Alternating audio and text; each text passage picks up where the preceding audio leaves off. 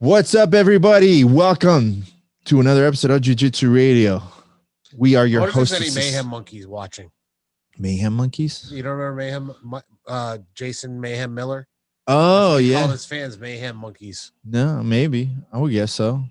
What's up with him? I hope he's taking his medication. I don't know. He went off the deep end for a few times. Yeah, a few times. But he's a super smart guy. He's extremely intelligent. He was a good fighter too. When he was on, he was good. Did you ever see his prank at EA? No. He did a prank on EA. I think it was him and Rampage or something like that, where like they were making the UFC game, and then he's like, "Bro, what's up with my stats? Like, why are they so low? No, fuck." So like there was a whole EA Sports crew like around this table, like they were showing a game, and like the head game producer like super happy, and then he's like, "Bro, what's up with my fucking stats? No fucking way." And he like gets up and he's like, I like the guy was about to shit his pants, and he's like, he gets in his face, mind you, super professional set where it was like that giant square like boardroom setting, but the center was like the playground balls like from McDonald's or whatever.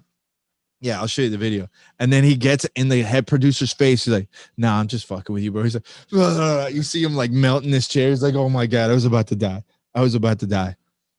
Crow Cop did the same thing too. One of the announcers too. That one's great. Oh, geez. Oh, can you imagine? Like Crow Cop gets in your face, like threatening to kill you. He's like, "No, I'm just messing with you, man. They put me up too." He's like, "Oh, fucking shit." He's like about to like piss his pants. I'll show you after. We got bugs coming in here. We got the door to the studio open. It's freaking amazing outside. Beautiful weather in Florida. This is why we live in Florida. Yeah, this is the way we all wait for this time of year. Not really. I love the summer too. I love the heat. Hey, before we get started, we just want to remind you, go ahead and check out our sponsors, Jiu-Jitsu COO, Choke Aloha, and GiraffeChoke.com. That's not all one word. You can go to chokealoha.com. You can go to jujitsusobco.com and giraffechoke.com. And you can go to pornhub.com. Well, you can do that too, but do it after you go to the sponsor. Yeah, go way after. Do that. Don't end up like tubing, all right? If you want the promo codes, we got them for you. We get you that Christmas discount. By the way, porno codes. No porno codes. Shout out to Jiu-Jitsu Soap Code. Now you can get 15% off your orders at the soap, only when you use our promo code. So make sure you like, follow, subscribe to the podcast. Check out the description of the video below if you're watching us on YouTube. If not, check out the podcast description. You can get the promo code there. You're welcome. Could you imagine if Pornhub wanted to sponsor us? I'd be all for it. I would be all for it too. I would make our intro that don't. No, that's copywritten. No, but if they let us do it, if they're sponsoring us, we can do it. Listen, there's enough jiu-jitsu people doing OnlyFans right now. I don't see why they wouldn't. I don't see why not. Yeah, I don't know anything about that OnlyFans. Yeah. Listen, 100%. Can we make a bet? You want to see my feet? Are we going to do that? Are we going to do that? Can we start an OnlyFans for your feet? We'll fucking bank. We'll bank for sure. Your feet and your armpit, because we know there's a fan base already. There's a fan base for the armpit. Would you do that? No. Why not? No. Dude, listen, if you want photo of my feet, $20, let me know. I got you. No problem. I don't give a fuck. Listen, I show these puppies off for free. If I can make $20 off them, fuck yeah, for sure. For sure. What? Are you serious? Are you that high and mighty? Who's gonna get mad at you? Me. For what? I have morals. Yo, really? Yes, I do. No. I do have morals. What, Jesus gonna get mad at you because you got paid for your feet? That's just weird. Why? I'm not disagreeing that that's weird, but you know, everyone's got their own taste. It's not like I'm saying, "Hey, Shawn, poop on a glass table and you get paid." That's taking a little far. All you gotta do is take. That would be kind of fun. I wonder what it would look like from the bottom. Oh God, what is wrong with you? Why did I even bring that up? Listen, someone's gonna pay you $20 to take a photo. Let's do the math. Let's say you had like a super fan, right? They're willing to pay you $20 a day just to see your feet. So what's 20 times 365? Well, it's $100 a week. So, or $140 a week. Yeah, let's work on that math there, bud. Well, no, I wasn't counting Saturday and Sunday. Okay. But well, no, we're talking about $20 a day. So that's, would you say 140? 20, 40, 60, 80, 100, 120, 140 a week for 52 weeks. What's that? You made the math more difficult than it needed to be. No, I do it by the month. So 280 and 280 is 530. So Let me 530 double check you here. times. I'm just gonna do it my way. All right, so 20 times 365. You know, there's someone listening to the podcast. You fucking dummies! It's fucking Hey, math. remember your teacher said you're not going to walk around with a computer with a calculator in your pocket. Like, suck it down. Yeah, $7,300. Yeah, $7,300 you can make a year, man. That's an extra. yeah, but at $20 per shot. And that's one person. That's not asking. That's not talking about everybody else that's making the request. Because you know, once they share that photo, you're gonna blow up online. I'll make you famous. Why? No, they would just use the photos they find. They'd be like, how many photos of my feet can maybe like see, it would get weird once you start getting like the obsessed people where they're like they start stalking you. Spread your toes. Yeah, like we'll get you. Can we get you a PO box? I'll get you a PO box. Can you wiggle your fingernails? Wiggle your toe. Wiggle your big toe. Can you clip your toenails for me? Oh man, listen. People get paid a shit ton of money to let people watch them eat. That's taking it far because like then you're like risking being obese and all sorts of other stuff. But they get paid. They're like, I'll give you $500 if you eat this hot dog on camera. Like, they get paid. There's a girl on Instagram that's huge just for that, and literally she's huge, but it's huge just for that. And you wouldn't do that for $20 a feet? I would not do it. You're selfish, bro. You're selfish. No, because now I'd have to split the money with you. So you say 73. I only take 10%. I'm a very nice manager. 10%. That's all. You're fine for getting $730. 10% of $7,300. I'll take that. That's $730. I'm cool with that. A year. That's fine. You're the talent, bro. If you want to give me more money, I'm more than happy. You want to split it 50-50? We can do it. No, I'm trying to be nice here. Well, no, I don't want to do it. I will pull the Don King on you. I'm the Don King of feet. I would charge more for my armpits. Yeah, how much would you charge for your armpits? At least 50 to 75, if not 100. $100, bro. Come on, 5 people. You just made $500 that week. See what I'm saying? See, no, this is the. Not I'm taking the pimp route. I just planted that seed of doubt. No. I'm iceberg slim right now. I'm selling those armpits, baby. No. You get those armpits on the street and you make me money. 100. Come on, dude. Like 5 photos of your armpits. That's a week. No. That's $2,000 a month just by going. Yeah. You don't even have to pose. I'll just catch you when you're at the pool. Just lounging, and you can get paid. Listen, and if you're smart, it's we don't have to let the IRS know. No, I the only way I would do it is if every shot was candid and I didn't know that's what it was. Dude, for whatever, I'm good with that. If they're candid, that's probably even worse. Man, you just can you imagine how annoying that would be? Where like you just catch me out of the corner of your eye, like son of a bitch, you caught me again. Like walking down Atlantic Ave, I'm like, reach for it. I'd pay like a little kid like $5, like, hey, go ask that man for a high five. or let this balloon go right by him and get it caught in the tree. Ask that guy to help you get that cat off the tree. Go. Tell that I'll give you $20. Tell that man that he can't reach the overhead of the tank tops in the mail. That'd be so good, bro. $2,000, a minimum $2,000. Oh, look, we know there's a segment of the population that enjoys my armpits. This is not a joke. This is 100% real. This is 100% real. We are telling you this because we've seen it. All right, it's there. It's out there. It's Shawn has gone. Thank God. It's gone. It is gone. I'll be very upset if my website went down. I mean, but yeah, so it's like, I feel bad. I would feel bad. Feel bad about what? I would feel bad about, I don't know. I would feel bad. I think it would be sad for somebody to pay for my armpit. Why? That's what they want. You're making somebody happy. You're making someone happy just by being you. You're being selfish. I think that's disrespectful. I think you owe baby Jesus an apology. No, I don't. You were made in God's image, bro, and you're just letting that go to waste. You could be making one. Think about that. It would be worse if someone wanted to see like your back zits. Like I don't have any of those, but I do have back hair. That can make you some money. That can make you some money for sure. Shaving it. I use the back blade though. I do it every month. We could do a time lapse photo. You ever done? You don't have hair on your back? No, you don't. I'm not a chimp.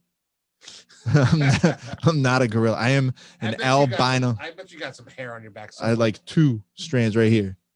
There you go. I'm done. Like legitimately. Like I have more neck beard than I have back hair. Come on, man. Come on. Really? I don't want no. All right, let's test the market. Listen. Let's find out if you can get a market. Okay. We can make it happen. We can be let's be honest. How much would it take for you to just say like, all right, fuck it once. Like once. Like someone like where you say like for 1 week, like fine, fuck it, I'll do it. I'll do it for 1 week. You have 1 week. How much money where you had to post like 4 or 5 photos every day for that week? 4 or 5 every day? Yeah, for a week, just for a week. A lot. But how much, like, dude, that's like, you don't have to do it every day. You could take the photos ahead of time and just post them up there after. But how much money would it take? I would want at least like wages. That's it? I want $2,500. I just said 2,000. You were like, no. A week.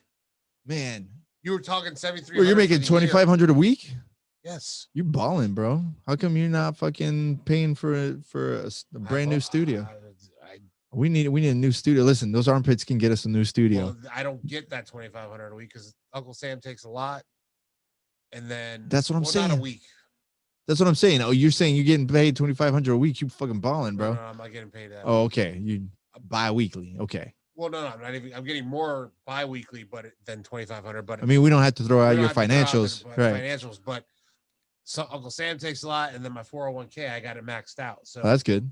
So I put the max amount in my 401k. That is my advice to Get everybody. A 401k. Yeah, for sure. Max out your 401k.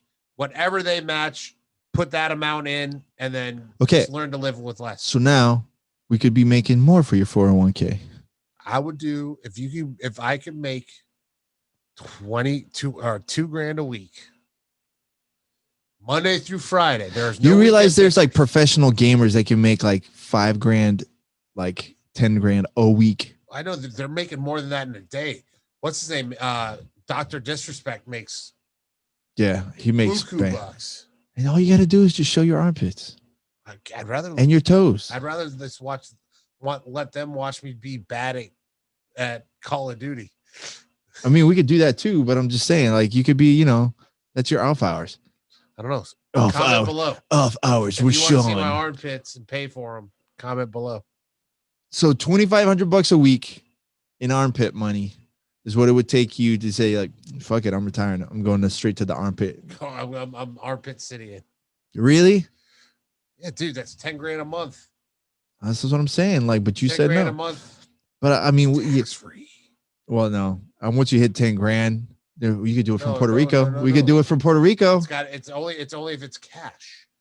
This won't be cash. Yeah, well, that'd be tough though to do just cash. But if we go to Puerto Rico, you don't have to worry about that. You'd be in a whole different tax bracket and you'd be solid. I don't want to move to Puerto Rico, but PuertoRicoArmpits.com. Get you paid. Come on. I mean, I'll be honest. At the beginning, it's going to be a little slow. We got to build up the brand. But once this puppy takes off, Lambos for the crew, bro. We want to call it Armpits. Armpits. Armpit City. Armpitcity.com. Oh my God. Oh man. All right. That's the goal. That's the 2021 business strategy. That's what we're going for. Mark that down. All right. Listen, folks, enough with the chit chat. This is the longest intro we've ever done. I love it. It's hilarious. All on armpits. It's a fucking amazing. On to the serious subject. We have an amazing guest this week. He's a good friend of mine. Stop. No. Don't give it away for free. Don't give it away for free. I'm trying to go out there and make me money. Great friend of ours. Long friend of mine for a good few years now. Semi-mentor. He's given me a lot of advice that's helped me out in the years. He's probably one of the most stand-up human beings you'll ever meet. Marine, undefeated MMA fighter now. CEO of Titan FC. Hell of a model American. Lex McMahon.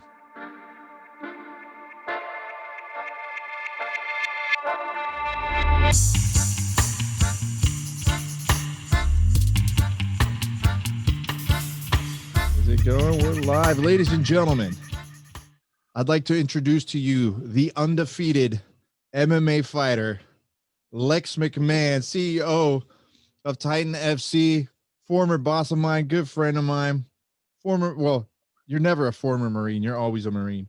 Once and always, man. How are you, sir? How are you? I am epic, man. I'm doing so good. I've had such a great couple of weeks, and man, life is good. Although I haven't found the energy or the desire to train since the fight. But other than that, I keep saying tomorrow, and I'm like, my body just is like, no, we're good, man. Take a break. Yeah, that determination kind of goes away when you know someone's not punching you in the face in a couple of weeks. Yeah, I missed you at Jay-Z's today. I'm saying Adolfo Vieira came, and I was like, well, there's somebody. Oh man! But I was looking for Lex. I'm like, where's Lex coming through the door? Where's Big Man? Here, cheers to that. Let's give a big cheers. Cheers to you, Chris. No drink. So before we get into the nitty gritty of everything leading up to this fight, I need to know, what kind of cigar were you smoking after the fight? It was an Arturo Fuente. Nice. They have the finest cigar lounge, I think, in the world is the Arturo Fuente in Santo Domingo. So they, being one of the guys that, I do tons of work with especially over in the DR, he helps me get things set up over there. I told him, I said, man, win, lose, draw, doesn't matter. I want to have a cigar in the cage after the fight's over because it's going to be a big milestone. And, everything about this experience for me, I wanted it to be epic because I knew it was going to be one time. And I figured what better way to cap off the night than smoke a cigar in the cage. So he got me a really nice Arturo Fuente. One time? That's exactly what I'm thinking. One time? That's Is exactly he really think he thinks he was going to just throw that? Time? You know what, man? I had the storybook ending. I'm good. I'll find the next challenge. Maybe I'll compete in jiu-jitsu. See, now that was going to be my other thing. What would it take to get you to sign up for a jiu-jitsu tournament? Man, so here's the crazy thing without jumping ahead, but the fact that the fight ended the way it did was more baffling to me than anybody. Because the reality is, man, I've never really liked jiu-jitsu. And it's the thing I trained the least. And then as we were getting closer to the fight, I realized, holy shit, I need to be training this stuff. And so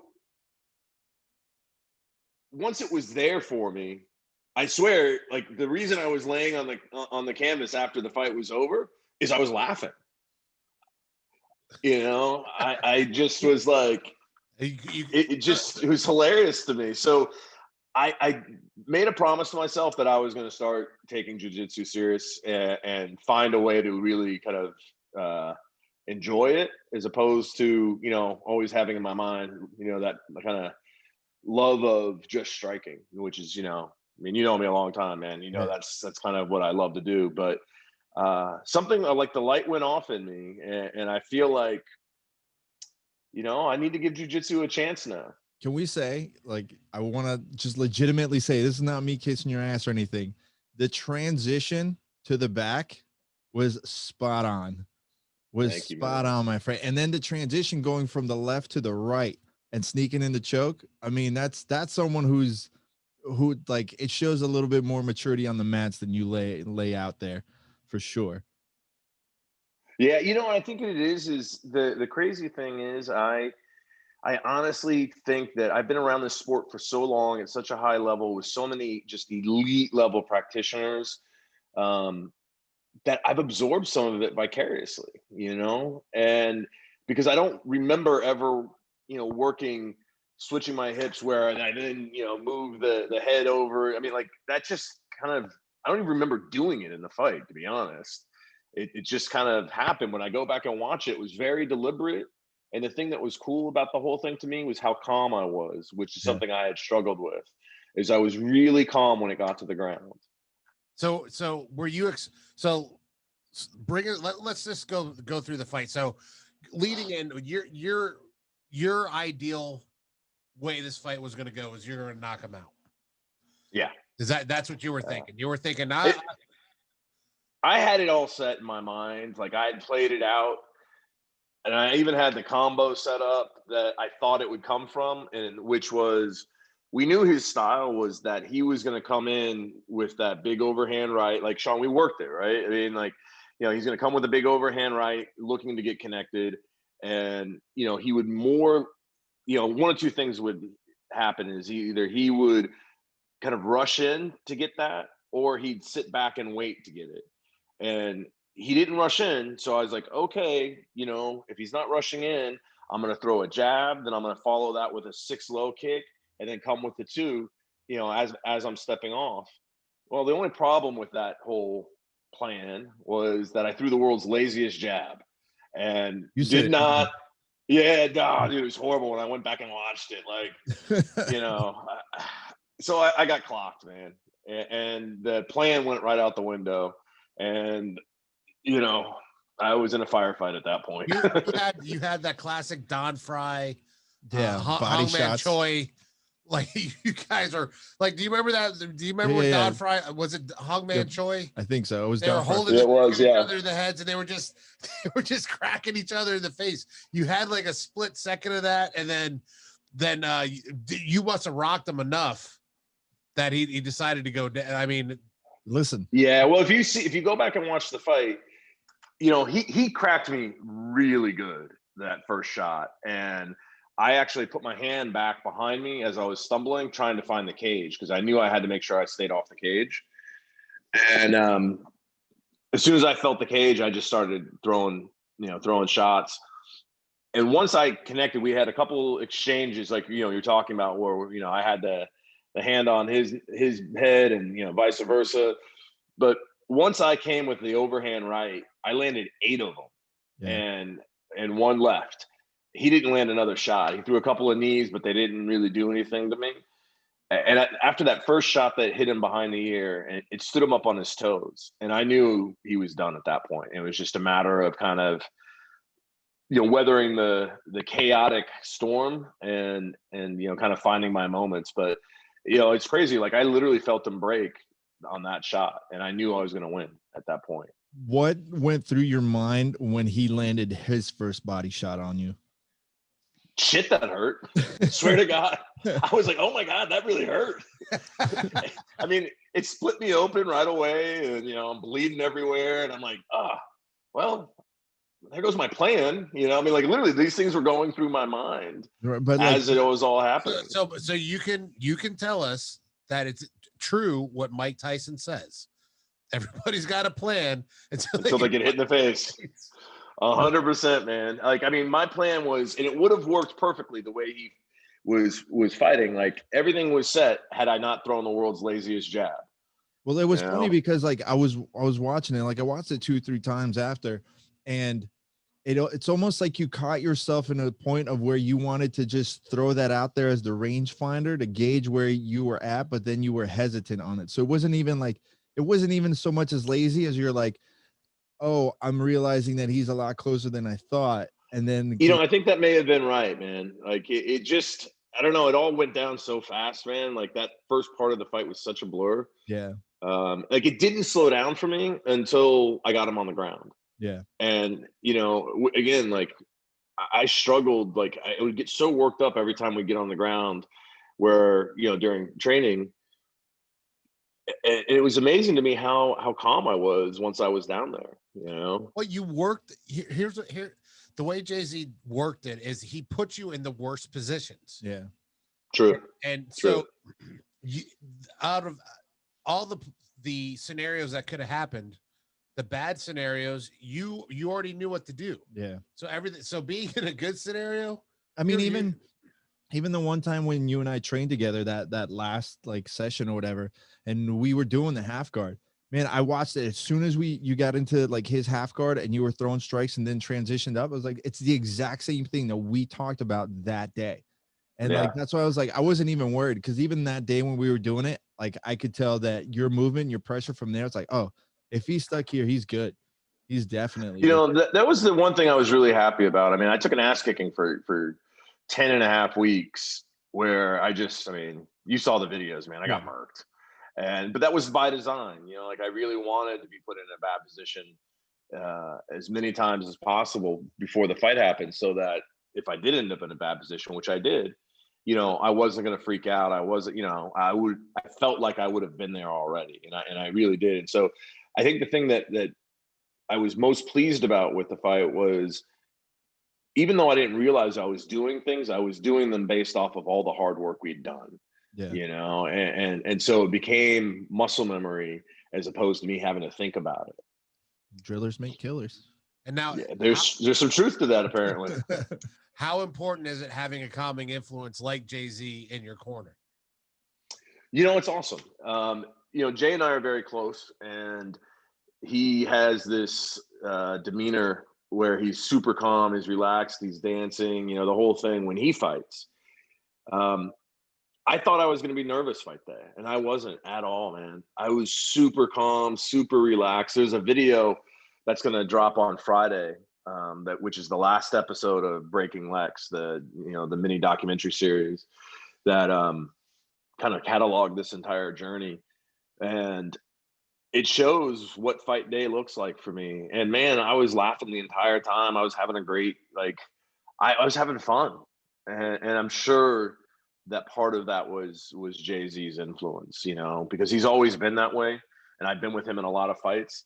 But you know, just having his presence in the corner was, brother, it's gonna be okay, man. It's, you know, like, What's the worst that could happen? Bro, we've done this so many times. Come on. yeah, exactly. So I'm very curious, and I've always kind of poked and prodded at you to get more information from you and learn from your experiences. Obviously in the Marines and stuff. When you finally got in there and started trading shots, how much of, you know, your past kind of really kind of came up as far as like your training, like, and the you know, like you were talking about after the fight, the crucible, you get broken down to get built back up. But I know that going into the fight and actually throwing down there's got to be something that popped up in your head, like, this is just how it was, like all the ass kickings I took back in the day. Yeah, you know, I mean, there's the training. I think from a technical standpoint, the things I did in the Marine Corps did not prepare me for what we were doing in the fight. But from a mental perspective, it was hugely impactful.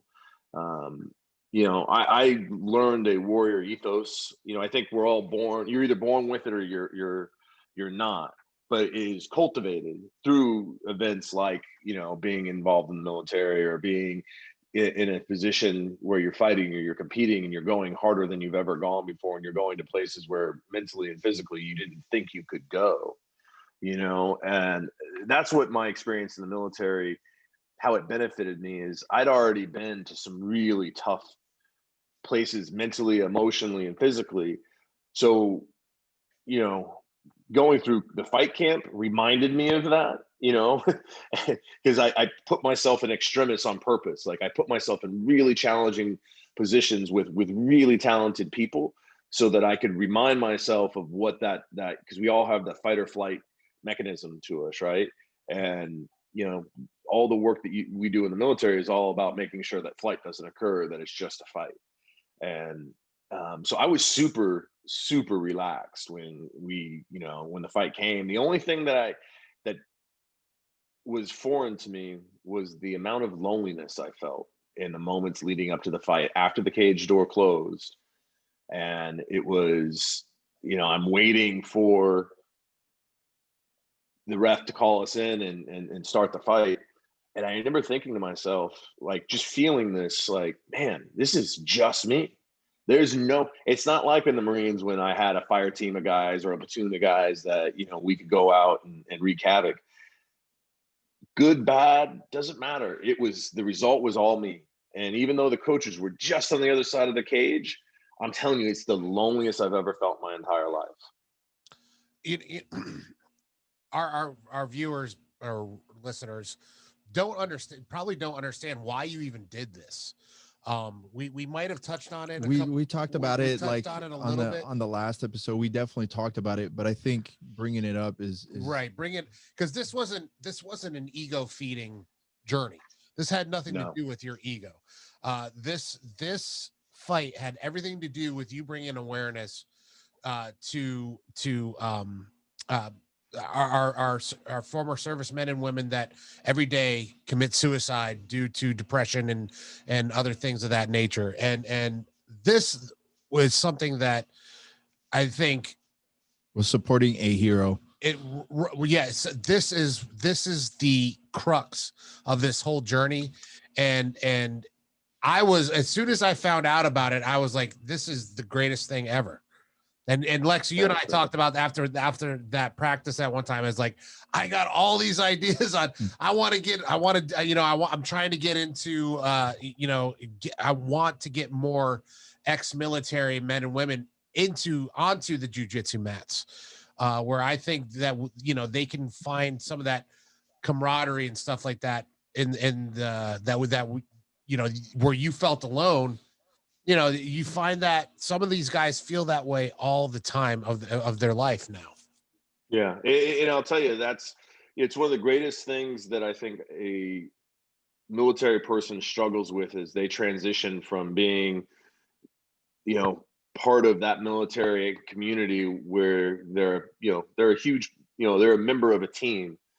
Unlike any other team there is, you literally are relying on someone.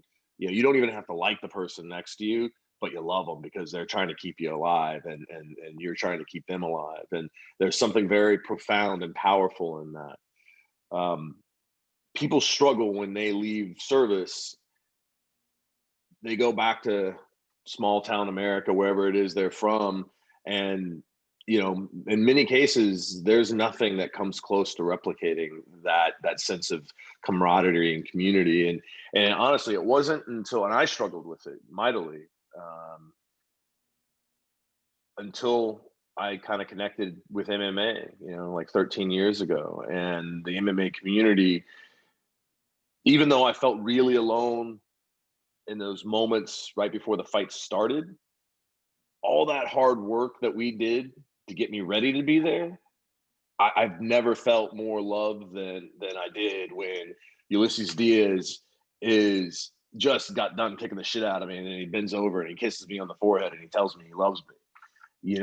That's the type of camaraderie that you had in the military, and it's, I think, replicated on the jiu-jitsu mats in the training spaces that we see in MMA. And so I think getting people involved, veterans involved in the martial arts and jiu-jitsu and MMA in general, I think is a wonderful thing, man. I know like someone like Shane Crutchton who had a crazy story, fights in Bellator.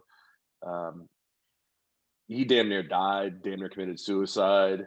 And, he's always said that jiu-jitsu and MMA saved his life. And he's 100% right. And now I really get it more so than I ever did before.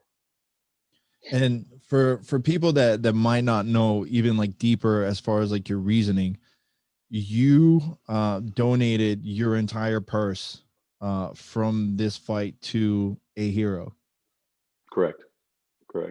Purse, sponsorship money, money that the UFC gave me to donate to the cause. And then I did a lot of outreach, asking people to, give what they could to AHERO. And, when it's all said and done, that, between my efforts and then people who there was an AHERO fundraiser that was in a watch party.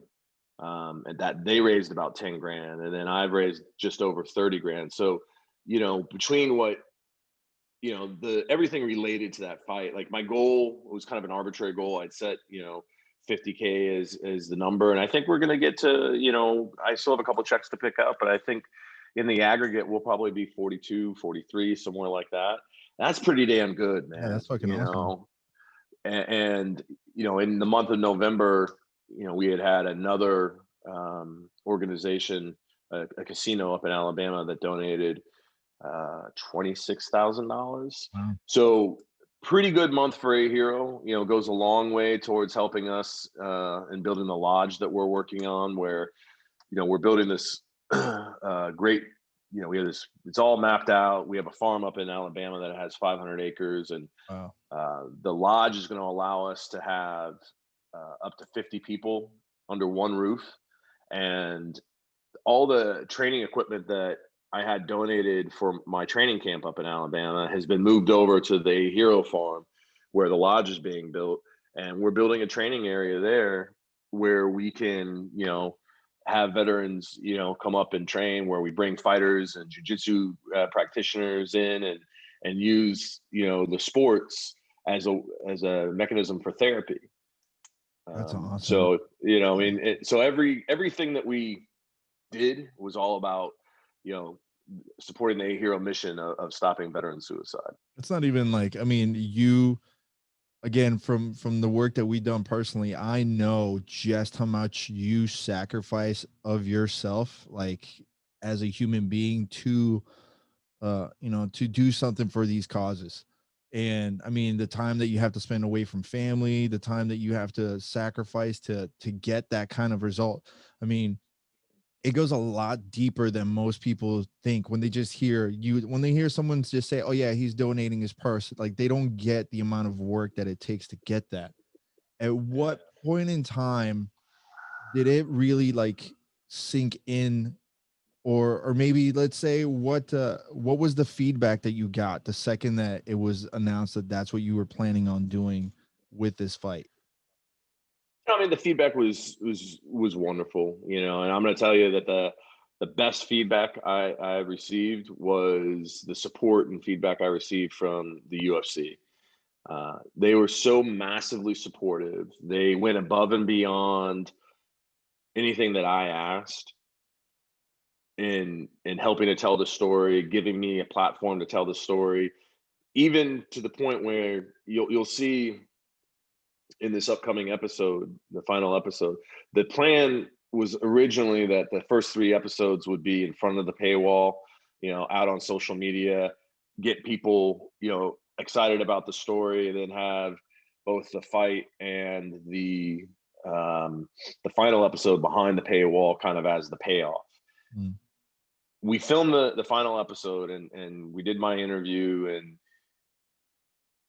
I watched it, and I talked a lot about the reasons why.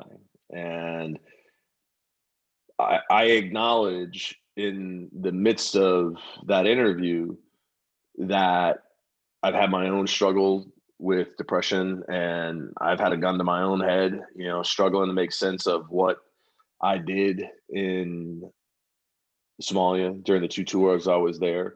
The things that I did, the things that I saw and experienced as a, you know, a 19 and 20-year-old kid, you know, I struggled with that. And so as I went back and I, you know, I reflected on what this whole experience has meant to me, it all came out in the storytelling for this final episode.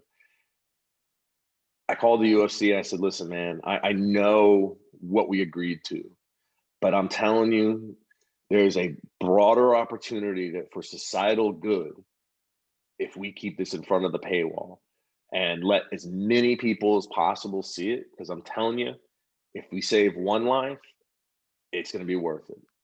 And they watched it. They called me back and they said, you're 100% right, man. So that's the level of support I've gotten from the UFC. It's been, you know, they've obviously, they helped me market it. They have put shit, sorry. Shorty Torres, of course, wreaking havoc. You know, they gave me a lot of money to donate, and you know, they again, they were amazing. Like the whole team from Dana on down was amazing. but to change the plan, the strategy of how they were going to capitalize off of this business decision in the 11th hour and say, you know what, you're right, let's do something positive for society as opposed to worrying about the bottom line. That to me shows the type of partner that they've been for both Titan and for me personally. I mean, So I can't say enough positive things about them. It's also one of those things that your name and your influence and your point of view goes far. Like I think people don't realize just how much of an impact you have on what's going on. And like you've built such a good relationship with Dana and everybody that, you know, when you sit there and say something, it needs to be heard and people listen. So you say, hey, this is what we need to do. I think that people don't realize just how it's not even like being a good businessman, but it's a genuine point of view that it's one of those things people can't look over. Because I've never heard you make a decision that wasn't from a genuine point of view to either help out like a greater cause or even help out even just one individual, just improve their, whether it's their career or their way of life. Like, so it's not surprising to me that they would sit down and listen to you and agree with what you say. Well, I think that I think if you make your decisions not about chasing the dollar, but just about doing the right thing, the money comes. As long as you make sound decisions that are grounded in, a strong moral compass and, an ethical kind of approach to things, man, success finds you. And I think that's kind of what's happened over the years with me. I've always tried to, look, man, I fucked up just as much as everybody else, but I've always tried to have a moral compass that pointed towards the true north, that was, just do the right thing. The rest will figure itself out. Yeah. And, that's maybe I've left some money on the table because of that. But I think my relationships and the amount of money I'm going to make in the long term and have made in the long term, because of that approach is far greater than if I was focused solely on the short term, For sure. So what did, because I'm sure someone's got to have reached out to you saying that they were inspired by what you did. There's been a lot of messages, man. Has there been one that just kind of hit you like super hard? Are you trying to get a Barbara Walter moment and get No, him to it's not. No, you know what? I've had enough of those during the camp, man. Trust me. Yeah. I cried a lot. Man, there was so many different things that have impacted me in different ways, in ways that I didn't expect. I don't know that I've fully processed everything yet. In fact, I know that I have not. Sure. I'm still digesting. Like, I didn't make a social media post really for like a week after the whole thing. And even then, like, it's been very kind of like just one or two things, and even acknowledging that I'm still processing it, because the reality is I'm still, it's very surreal to me. Yeah. Um, what did your daughters? A lot of people have said, hey, Lex, it's really inspiring that someone, of your age goes out and does what he does. But I think the thing that has been most uplifting was that people were understanding that it wasn't about me and my ego, or, that there was a greater cause being served. And people have seen that and understood it. And so I don't know that I can point to one thing, but I mean, I've had veterans, listen, how about, I had Brian Mast, who's a congressman from here in South Florida, double amputee. He's a ranger in Afghanistan, got blown up. He put out a message, showing his support and letting me know, that he really appreciated what I was doing and raising awareness for PTSD and veteran suicide. Shannon Lee, who I've worked with in the past, but she's the daughter of Bruce Lee and the CEO and chairman of the Bruce Lee Foundation. She put out an amazing message. Like, a lot of really incredible people stepped up to help me tell this story. And I think that to me was one of the more humbling aspects of it. Was, again, even though I felt really alone in those moments right before the fight started when I was in the cage, I always felt that I had this amazing group of people surrounding me throughout the journey. That's awesome. I'm curious what Dana White said to you after the fight. You're fucking crazy. Did you challenge Verbatim. Just challenge him. And that, by the way, it was the same thing he said to me beforehand. But he loved it. At least it's consistent. How about a Dana White? No, but he loved it, and he was super, super supportive, man. Like, he really was. And, he empowered his team to spend, I think, more than they were intending on originally on the project. And they gave it a lot. I mean, they doubled the amount of money that they put towards it after they saw the first Breaking Lex video that we put out. They called me up. They said, listen, we've given it some thought, and we're going to double the amount of money we're giving you. And we just want it to go to AHERO. And you should ask. They already knew that's where it was going. So, they must have seen how, like, it's one thing to talk about it. It's another thing to see you putting in that. We're like, watching you screaming and dying on the mat, and like on all those. It's like, okay, he's not just, he's not this just isn't a shooting show. some smoke up our ass here. He's taking this seriously. Well, what I told them was, I said, listen, I could give you a bunch of videos that are puff pieces, promo pieces. And here's the reality. I'm 49 years old. It's not like I'm going to go be the next Brock Lesnar. It's not like I'm going to go fight Brock Lesnar. It's none of those things. So had I put out a bunch of like promo type videos, it wouldn't have been authentic. Yeah. It would have been complete bullshit, and everybody would have known it. So I promised myself that I would show everything. Everything from the fact that I cried the first time I got my hands wrapped, to the ass kickings that I took. And I got my ass kicked for 10.5 weeks. So there was a lot of them. I told Justin, who does our camera work now, I said, man, I'm never going to be upset with you if you catch me during a vulnerable moment. I'm only going to be upset with you if you don't. Yeah. And so for me, telling that really honest, candid story is what made this project, I think, something that was worthwhile.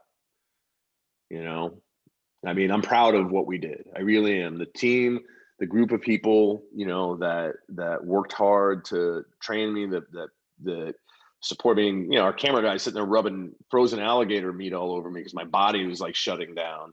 Our editor, everybody who they just gave of themselves so heavily, for a year, because it really was a year of me working once I made the decision, and navigating coronavirus and all that. And just,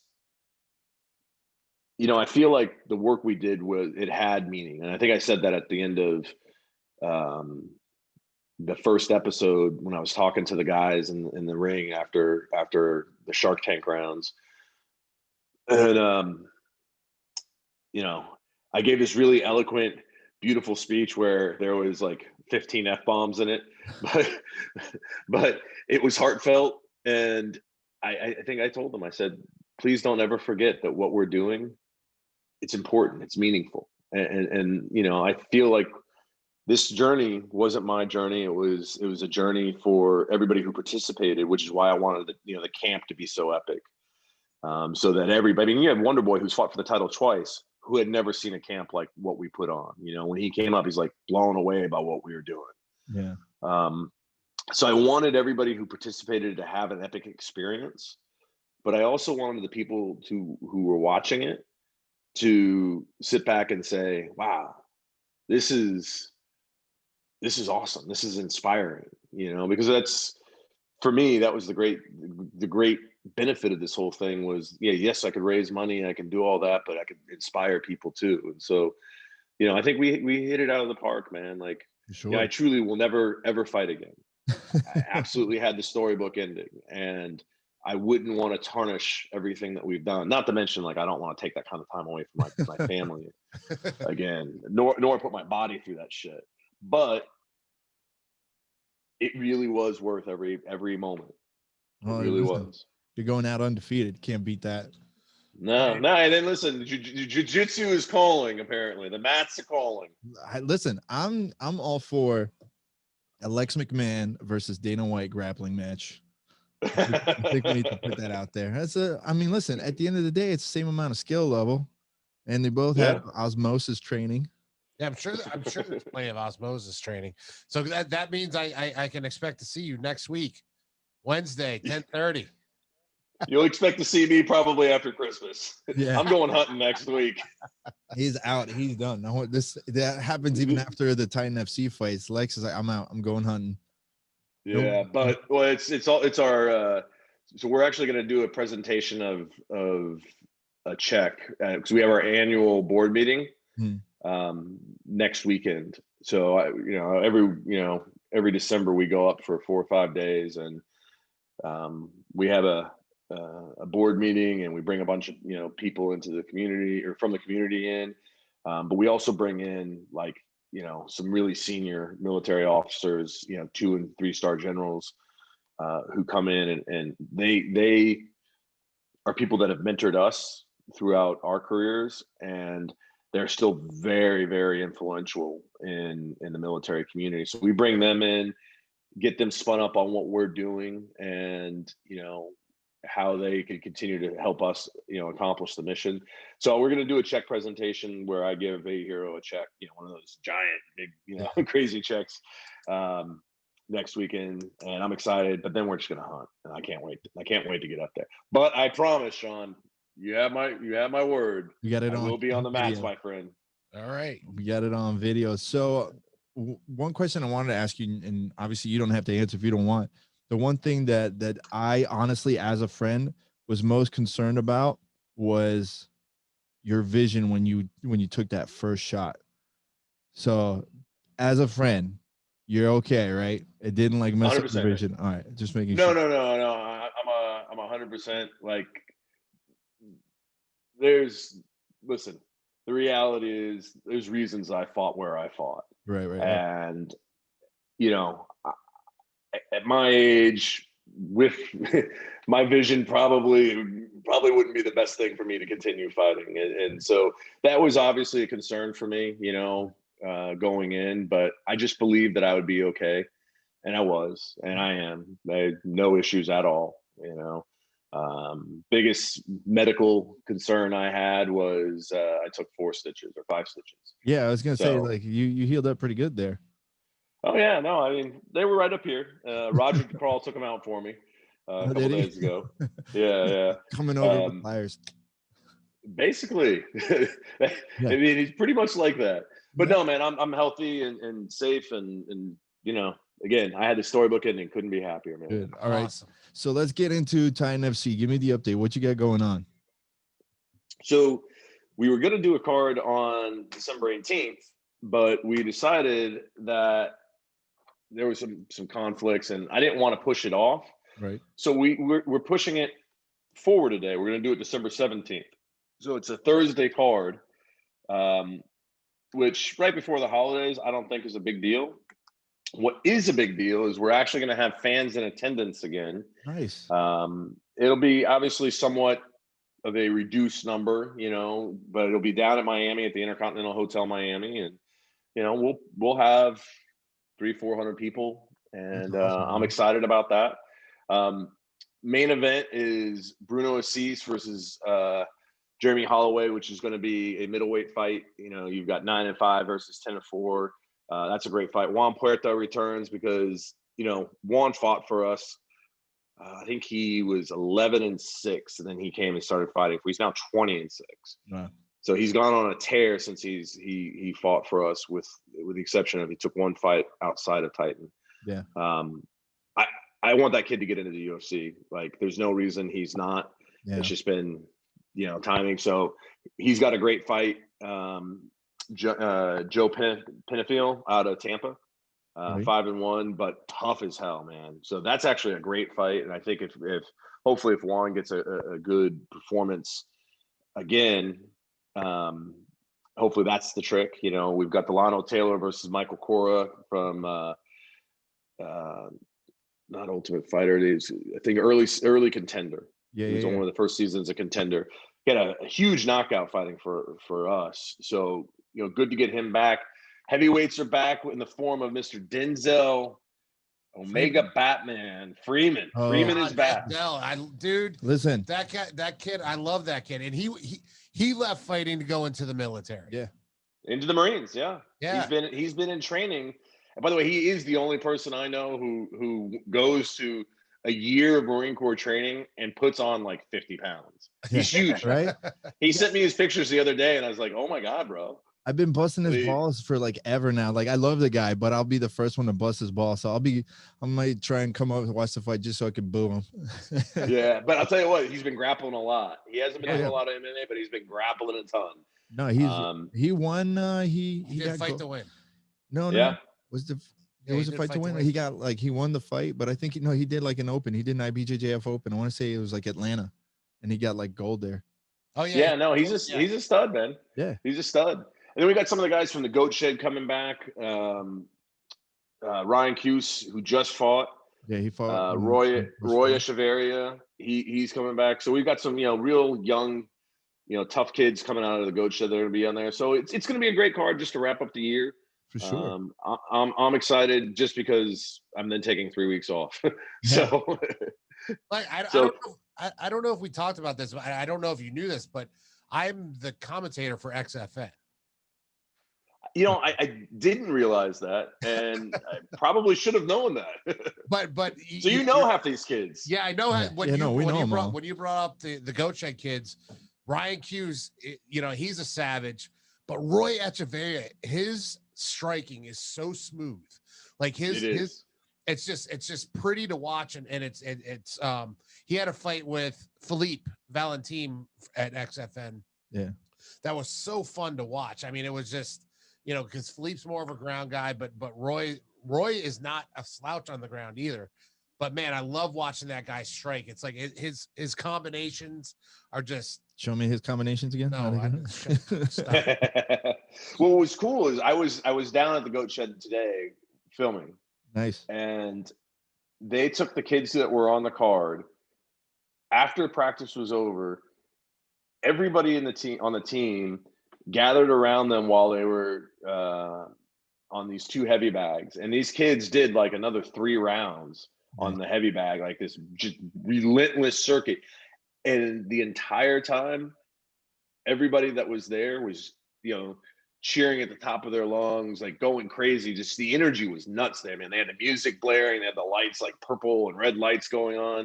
Felt like it was an LSD trip, to be honest, but But it was tremendous energy, man. And Roy was a monster. Just watching him go, he was so focused and he had so much energy and passion for what he was doing.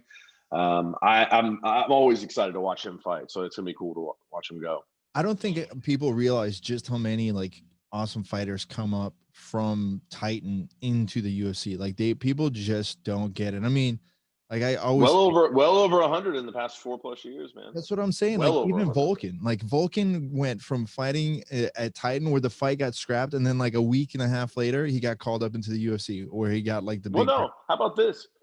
He had a fight where it was scheduled. Yeah. And then we canceled the day of the fight, he found out or his opponent he never told us.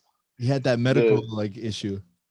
Well, yeah, no. He had a medical issue, but he was under suspension from California. Yeah, dude, that was the most pissed off I've ever seen Lex. Lex was because that wasn't the only thing that happened for that fight. The day there was a couple of things. Dude, when we were doing somebody missed weight really bad, I think, too, on top of it. Somebody missed weight, and then you had Whitney. It was Andrew Whitney. Yeah, and then somebody got arrested, so they missed that.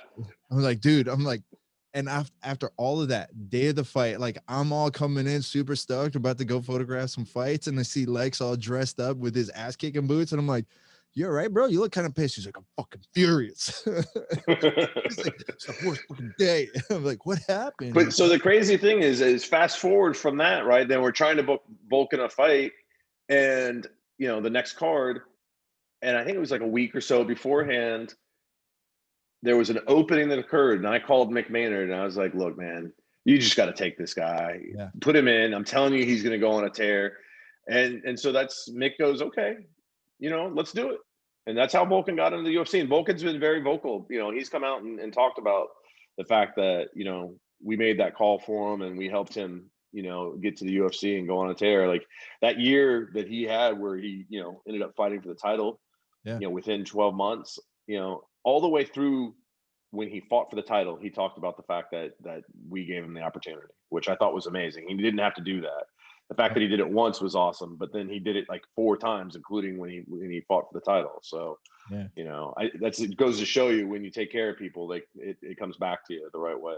For sure. How many people, let's say in the last 2 years, got bumped up from Titan into the UFC? I mean, we had like Jesse Jess.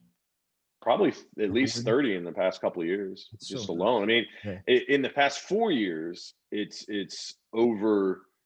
It's like 86. Yeah. And well over 100 in the past like 6 or 7 years. I mean, we're going into our 7th year with UFC right now. Yeah. And that's we're over 100. Since Jeff and I took over. And that's just the UFC. That's not even talking about like Bellator.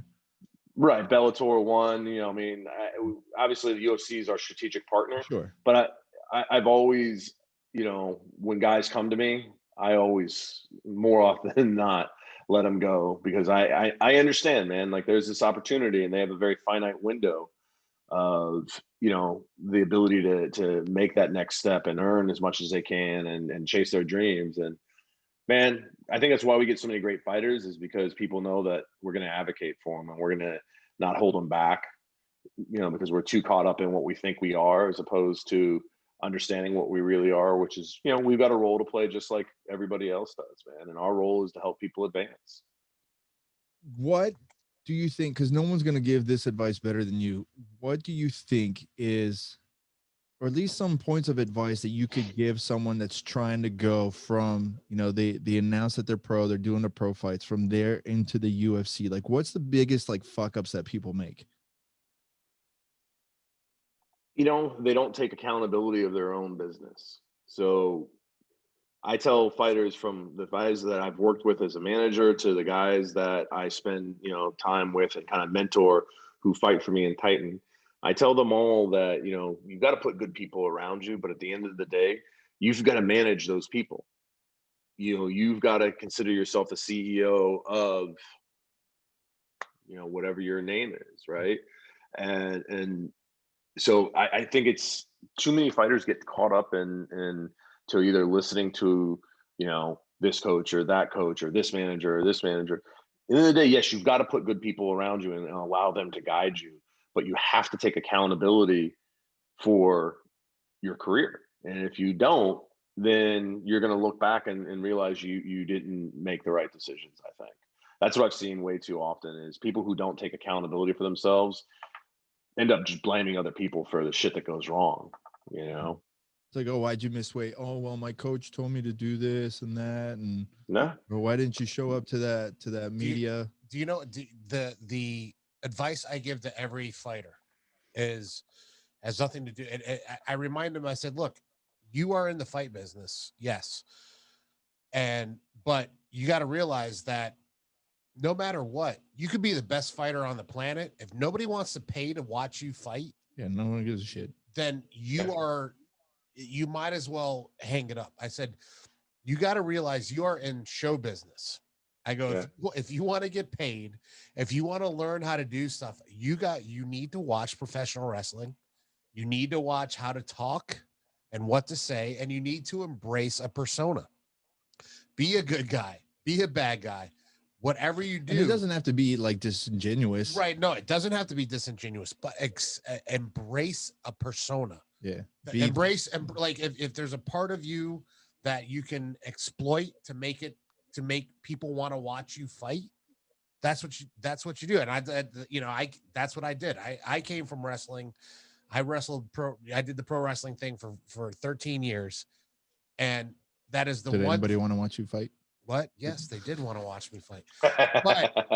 But you know, look at the people who have embraced those personas and look at their bank accounts compared to everybody else on the roster. Yeah, no, it's true. I mean, there is a component of it is sports entertainment, and I don't view that as a pejorative, right? If people are making a decision about how they're going to spend either their discretionary time and or money to be entertained, right? Am I going to watch WWE? Am I going to watch NFL, NBA, or am I going to watch UFC, Titan, whatever it might be? Like, you've got to be entertaining. Like, so I think Shawn, you're spot on, man. Like you've got to entertain people, whether it's how you promote the fight and the style of your fighting. Like I think that people who, like, I had this conversation the other day with Danny Sabatello, who's a supremely talented fighter. He's our bantamweight champion in Titan, great wrestler. And he was sitting in my office the other day, and I had set it up for him. The UFC is doing a whole kind of like 5-minute, like in-depth story on him that they're going to play on Fight Pass. And we were coordinating, with the UFC and, to get that all set up. And then he said, well, what do you think about my fight? He asked me, and I said, man, he goes, be honest. I said, well, here's the benefit is, I'm going to be, man, you could have been more exciting. That's why you didn't get the call, Like, I'm pushing for you to help you tell your story, and that's why we're doing this. But I will tell you that 100%, man, it's not just that you win the fights. You've got to win them in a compelling fashion. You don't necessarily have to finish, but you've got to put on such a performance that people are going to be desperate to see you fight. That's why I actually loved, the old heyday of Japan, because it wasn't winning and losing; it was performance that mattered. Mm-hmm. And performance was performance is what was compelling, and therefore that's what was rewarded and compensated, not that you won or that you lost, unless your name was Bob Sapp. And that's true. Bob Sapp's still getting paid, man. Like, no, but I'm saying he that dude lost more fights than I seen him win, but he continued getting paid to be put out there. I was like, this guy's got the stuff. I was gonna say the formula to get it done. Yeah, he's got a formula to be 400 pounds of muscle. Yeah, that and a good pharmacist. Yeah, right. And you see that he's the reason why the Roy Jones Mike Tyson fight happened. I did not see that. Yeah, there's a whole segment. I think it was on Joe Rogan where like Mike Tyson talked about. It's like it was Bob Sapp. Bob Sapp set up like an exhibition match. They're like, oh, they want to pay you like this much money, man. He's like, shut up, Bob. And there's an old video of, I want to say it was somewhere in Japan, but Bob Sapp fighting and Mike Tyson was in the crowd, and like Bob wins and he gets all pissed off and he starts pointing at Mike, talking shit at Mike out in the crowd. It's out there. It's fucking hilarious. I actually remember that. I've seen that one. Like, it's pretty solid. So I'm 100% with you. I don't understand why people still don't get it, because I mean, how many years was Dana White just blatantly just saying that? Like, I don't want to watch people just dry humping and just wrestling the whole time for a win. Go for the fucking win. Like, go for the finish. Yeah. Like, he was saying it for years. So I'd like that part. I never understand why guys just don't get it. Like, I get it where they want to like pad the record. They want to make sure they keep the 0 for as long as possible, but it's damn near impossible. It's damn near impossible. Well, listen, I mean, one of the greatest fighters in this sport's history, Randy Couture, was like 19-11, Hall of Famer, right? But he fought all his fights. I mean, he fought, the who's who, and they were all exciting. Yeah. And I could live with that, I said the same thing. I remember, like, I forget who I was talking to. I was talking to one of the UFC pros, and I just told him flat out, I'm like, I don't know what you're so fucking worried about. I'm like, look at Vitor Belfort. Like, how many losses does Vitor Belfort has? Like, exactly. Do you think anybody gives a shit? No. Because if you say Vitor Belfort's fighting, like, I'm going to fucking watch it. Yeah, people have the conversation like, well, he lost to so-and-so, this, that, and the other. It doesn't fucking matter. It's Vitor Belfort. You're going to want to go watch Vitor. So it's stop worrying about that loss. You know who had an exciting fight? And I would watch fight again? Lex McMahon. Lex McMahon. I'll tell you what. It was a furious 59 seconds. It was awesome, dude. It was awesome. And I hate bringing it back to that. Oh but man, I would love to. Like, there's must have been somebody busting your balls for that. I was like, well, that's not the only person enjoying 2 minutes, Alex. You know what, man? Listen, for a fight that only lasted, essentially a minute, it had everything that I wanted. I wanted to be, I wanted to face adversity. I wanted to be bloody. I wanted to showcase some of the things that I had learned, and then, so I did. I mean, I was doing some really good framing, in the midst of the big exchanges. When we, got to the ground, I was, the ground and pound. I was doing the ground and pound just as we had practiced, and then, here we are. I ended up, taking the back and choking them out. Like it was everything that I wanted. And I didn't have to go 15 minutes to get it, Right. The 10 and a half. So it could not have been better.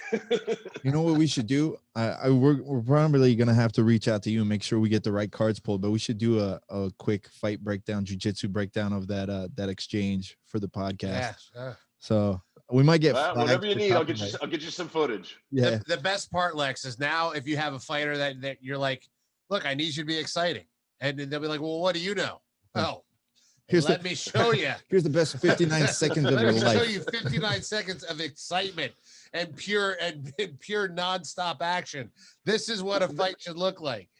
Well, that's the crazy thing. Like the UFC, like I was blown away when they're like, oh, by the way, your finish is one of the top finishes of the year on Fight Pass. I'm like, what? They're like, no, dude, it was amazing. I'm like, oh shit. I'm calling voter fraud. Right. I'm calling voter fraud. You got an inside man on that one. How crazy would it be if you won that? Can we get well, we can make sure that people that we know start watching it and start voting for it. There you go. How crazy would it be? Lex ends the year with the best submission of the year in MMA. Talk about a That'd be storybook so ending. good. Listen, can we? That's a mic drop. I'm done. Yeah, I'll make you a commemorative plaque here. I'll get you a trophy. I'm giving you that award for sure. Sounds good, man. Listen, man, I know you're strapped for time and you got stuff to do. It's getting late and the fam and everything. I just wanted to say congratulations.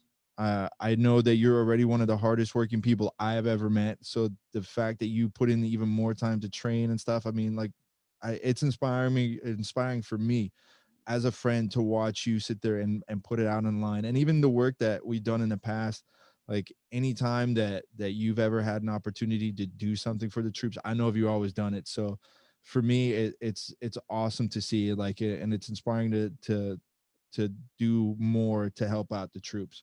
So thank you for that. Thank you, man. Thank you, brother. I appreciate it, man. I appreciate you guys having me on. And Shawn, again, thank you for all the work, bro. Yeah, I'll see you on the mat soon. I'll see you next year. And Lex, I'm gonna hold you to it. Yeah, right. No, 100%. I will be there. Lex, Jay-Z and I already talked about it. Trust me. Awesome. If you're gonna have any time Friday during the day, if I give you a call. Yeah, 100%, man. All right, I'll give you a call. Yeah, because there's something I want to bring up to you that kind of involves all this stuff that we're actually working on. That give me a shout, bro. I'll be around. The only thing I'm doing is I have I'm doing an in studio podcast Friday morning. All right, no worries. I'll shoot you a text. So by like 10:30, I should be free. Perfect. I'll shoot you a text either way just to double check.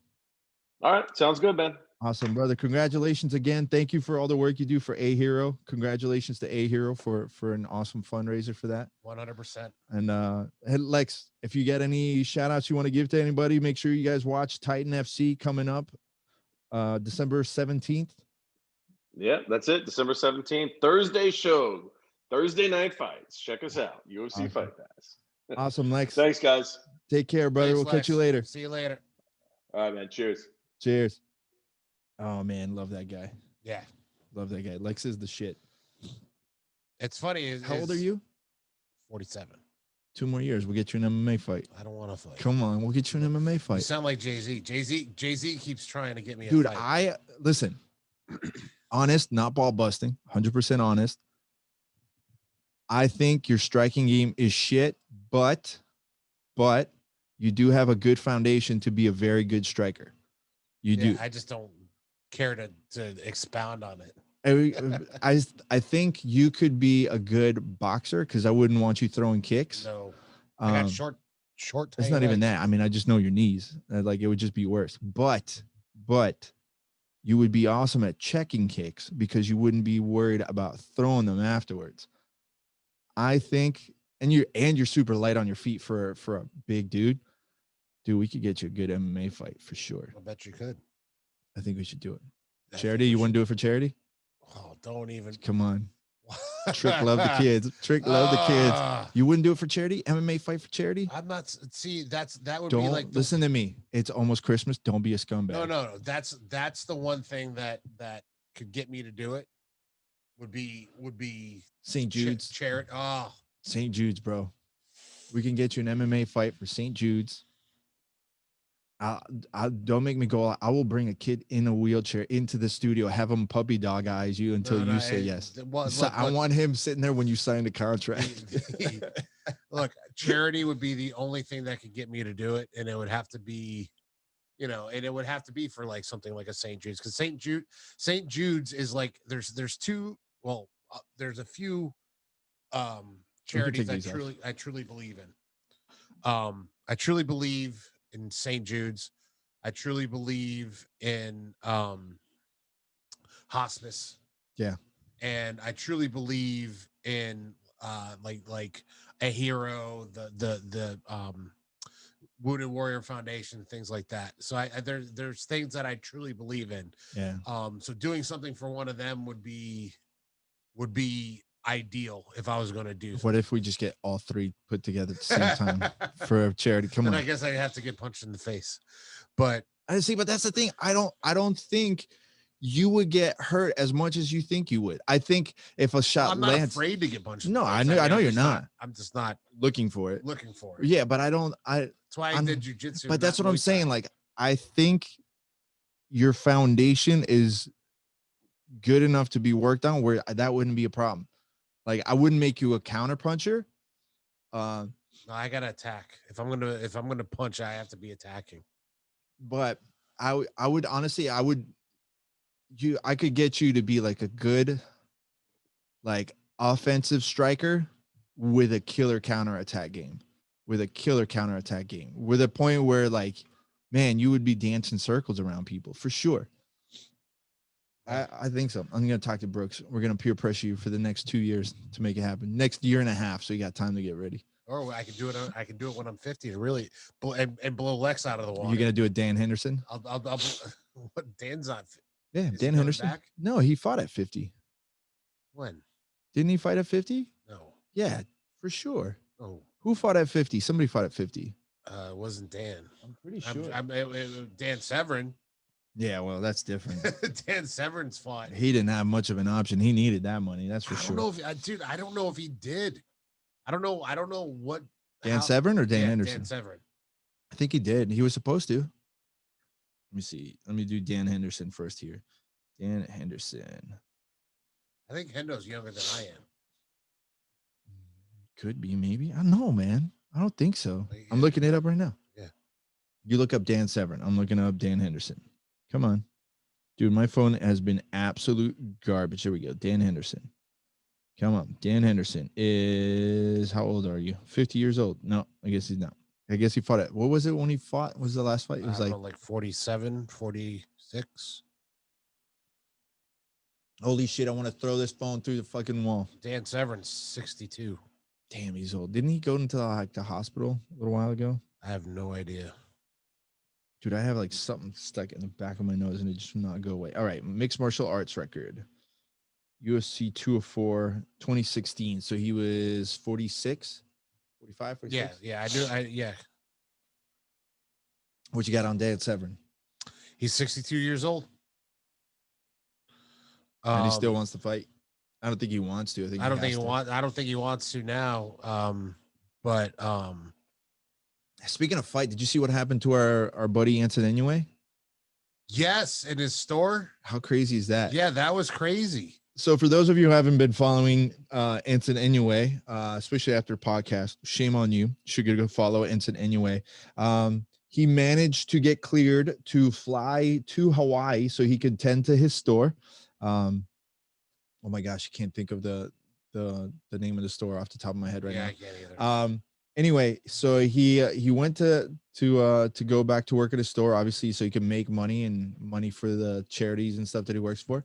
And some fucking junkie came in, pretended like he was buying something, tried to steal a gold money clip that he had for sale, and like obviously Ensign caught him, had him put it down, and like the guy was just being like a shithead. And he's like, "Oh, get out, get out." It's like, dude, get the fuck out. So I guess he ended up chasing him down the street, and the guy stops to turn around and like say he was gonna kill Ensign anyway. He's gonna come back and kill him or whatever. Which, by the way, bud, next Good time luck. do your research when you're like, do your research if you're gonna rob somebody. Because and if you're gonna say you're gonna come back and kill him, you better realize that you got a guy. dude, could you imagine if he ends up like somehow that guy ends up going to Japan and like runs into Ensign in Japan? You're gonna die. They will never find the body. He's got. Well, I'm sure there's got to be. Dude can't leave the island. I guarantee you, the dude does not have the means to leave the island. I mean, listen, and I guarantee there's got to be a good Yakuza presence in Hawaii, right? Well, it doesn't even matter. I'm sure there's plenty of people that know Ensign that are on the lookout for. Dude, the only thing worse that you could do is try to rob like BJ Penn. That's the only way like you could do it. Like, I mean, did you see that video though that Ensign put on him making the bracelets? Mm-hmm. That was kind of rad. That was like, it was very soothing. Yeah, it was very meditating. I was like, oh. Did you also look at the photo or the video? You see the giant blister on his finger? No. Yeah, go look at it again. There's a huge like blisters on his fingers from obviously working with his hands doing it. Ugh. Yeah, dude, you got to pull a rope. It's tiny rope. It digs into you. I watched. I was. Man, I am really stoked that Lex did that fight, man. That was like, if you haven't watched it, go to UFC Fight Pass. Just type in Lex, and it's the first thing that pops up. There's no other Lex on UFC Fight Pass. It'll pop right up. It's a good listen. The lead up to the fight is longer than the fight. Lex like whooped that ass, and I'm dead serious. I wasn't kissing his ass. His transition in that fight was pretty fucking solid. And it's funny because it was right in the transition that we were working on the day that I was like training with him that day, coming in from the half guard to the top to the back. What's funny is like after hearing him talk about how everybody was whooping his ass, I feel like I did him a disservice because I wasn't really. Yeah, you weren't. You were being too nice. I was being too nice to him. Yeah, I didn't roll with him. I didn't whip his ass.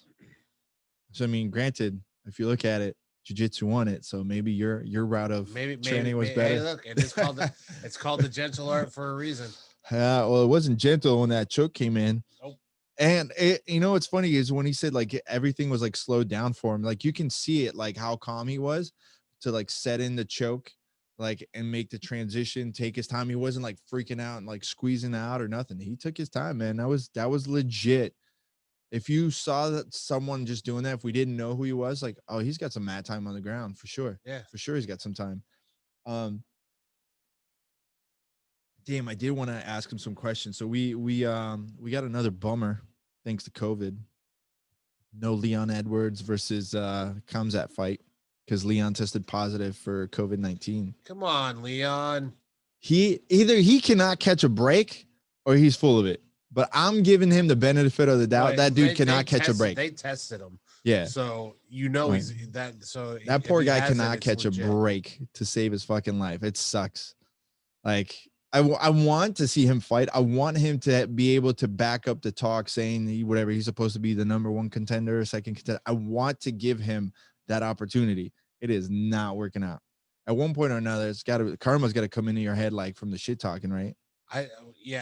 It's funny though. The only fight I really want to see is Leon and Gilbert, Masvidal. Kamaru, or Masvidal. That'd be so good. That'd be such a good fight. You call it the 3-piece in a soda part 2. I would love to, like, if it was me and I was helping Masvidal get ready for the fight, like just doing like the marketing, doing like photos, I would literally do a photo shoot of him like sitting there having a 3-piece and a soda and like outside of a bodega down in Miami. So like just getting ready for a fight. That's the fight I want to see. Or take a photo for Christmas of like a 3-piece and a soda. It's like getting ready to hand out like presents this year. How good would that be? That one's even better.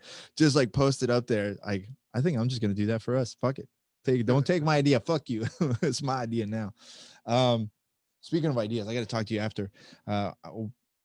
Remember we were talking about filming some content and stuff like that. I got a skit idea that we're definitely have to do.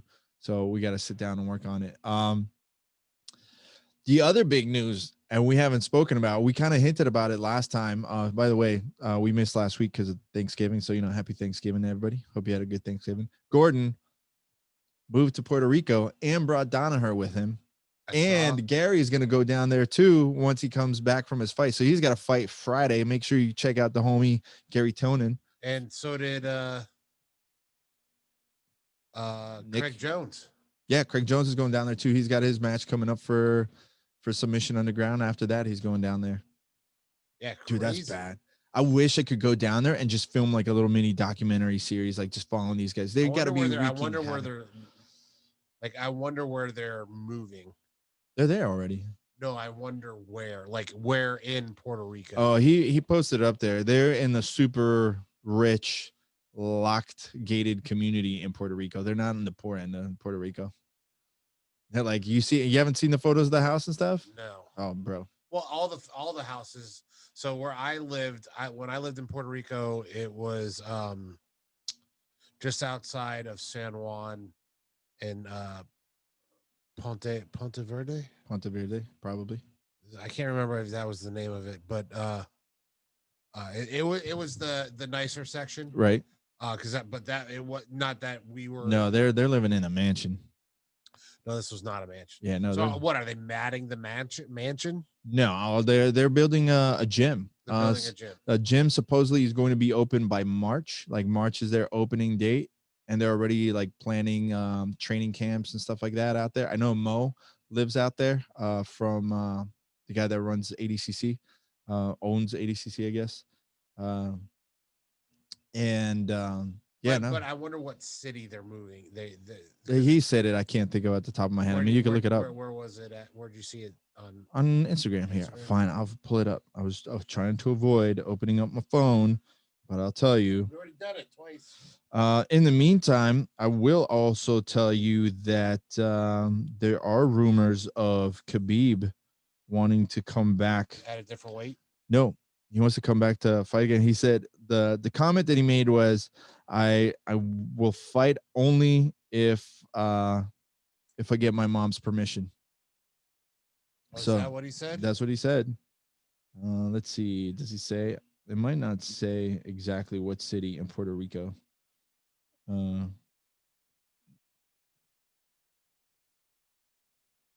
Nope. Let's see. I know he posted it. He said it somewhere. Here we go. Moved to Puerto Rico.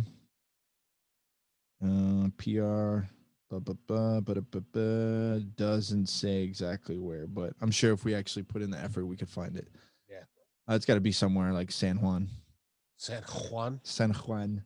But man, I would love to go to Puerto Rico, go and like film. They got to be causing like fucking havoc. No, you don't want to cause havoc in Puerto Rico. Speaking of Puerto Rico, so I kind of got into a what's the word, like not a YouTube hole, but basically just like a Google hole where I just started like shit pops up in your mind randomly, started like searching stuff. So the other person that I remember that lived in Puerto Rico that always caused shit and did cause shit, Angela Magana. Remember Angela Magana? Yeah. From the UFC, the one that wanted to like sue Cyborg because she punched her, the one that talked shit to everybody and never backed it up. Said she lived poor in Puerto Rico and stuff like that. I'm like, whatever happened to her? Because she started a bunch of shit on Twitter and Instagram and like putting people down and all the stuff that happened outside of the bus. Google it if you don't know what the fuck I'm talking about. Like, she was causing up a bunch of stir up, but she never really did anything in the UFC. So I'm like, let me see what she's up to, bro. She's in boxing now. I watched videos of her. No, like regular boxing. I think she had like her first boxing match the other day or something. I watched videos of her boxing. Absolutely dog shit awful. It was so bad. I'm like, oh, you're gonna get knocked out for sure. There was something sexy about her, from what I remember. No, I think she was like sexy for like a little while, and then she started acting like super, just like what's the word I'm looking for? Trashy. Not trashy, like high and mighty. Just really condescending, because she would like call herself Your Majesty. Like she say, like, refer to me as Your Majesty. You gonna fucking come at me with a karambit over there? Maybe. Try not to cut yourself. You didn't know how to close it last time, and I sharpened the hell out of that knife. I remember. Okay. I sharpened the hell out of that knife too. Yeah, but she's doing like boxing now. It's like her boxing is god awful. Did she win?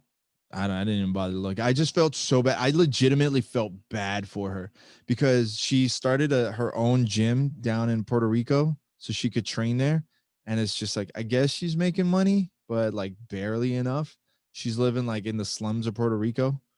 Like, so whatever. But that was someone that her own trash talking completely destroyed her career. It wasn't even her fighting capability. Her talking. I don't even remember if she got any chances in the UFC. Nobody will. Yes, she was. She fought in the UFC. She fought for a while. She just got demolished every time. Well, that's what I was saying. Yeah, look it up. I just like, I legitimately felt bad for her. Like, you had potential to be a fighter, but you just literally made every wrong decision you could possibly make. You looking her up? She's only on Twitter now, I think. Dang, she's 37. I was gonna say she's only 37. I'm 37. Only 37. You got actually, she only had one.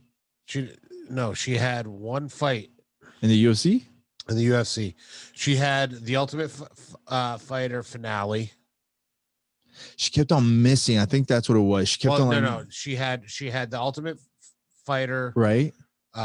Against Tisha Torres, lost. Yeah. Then she had an actual fight on the Top Team versus Black Zillions finale. Right. She lost to Michelle Watterson. Yeah. And then she had a TKO loss to Amanda Cooper. Yeah, that's what I'm saying. She just got worked every time. She didn't have like. But what's her like full on like record? Her full on record is 11-10. Yeah. She was just like not even average. Does it show like her boxing match? I did see championships achievements. No, that's 2009. Yeah, no, she ain't going. She went nowhere. She went absolutely nowhere.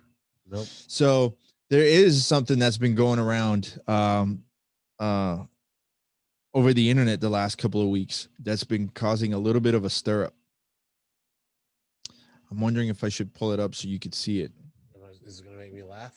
No, this is like a serious like thing. It's like kind of pissing people off. I can't play it on our video because otherwise we'll get like copyright claim in somebody else's video. But basically it's a video from Faraz Sahabi answering like a question on his podcast or whatever, talking about like male like guys like rolling with females. And he's like, I do not roll with female competitors, like with female students. He's like, I just don't. He's like, and he tells a story about a female that just signed up, a lady that just signed up to his like academy.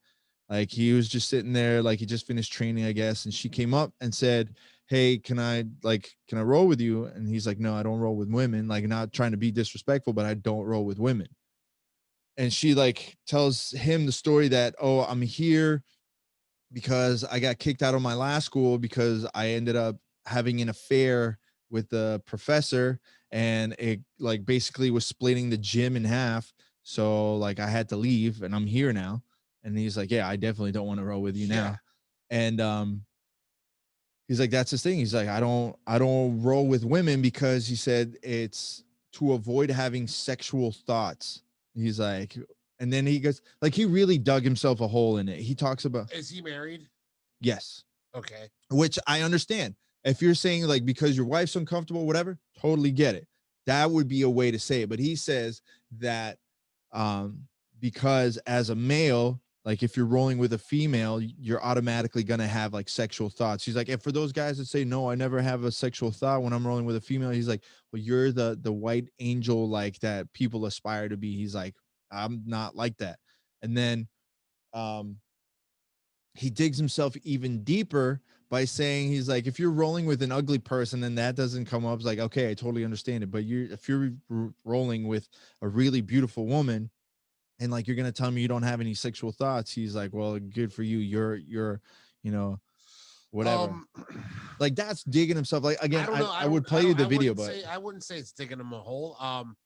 I think it's a personal preference. I agree. I know girls that won't roll with guys. 100%. So, but the way that you give your reasoning is different. If that's your, like, 100%, you roll with whoever the hell you want to roll with. It's your prerogative because it's your role. You do have to get up close.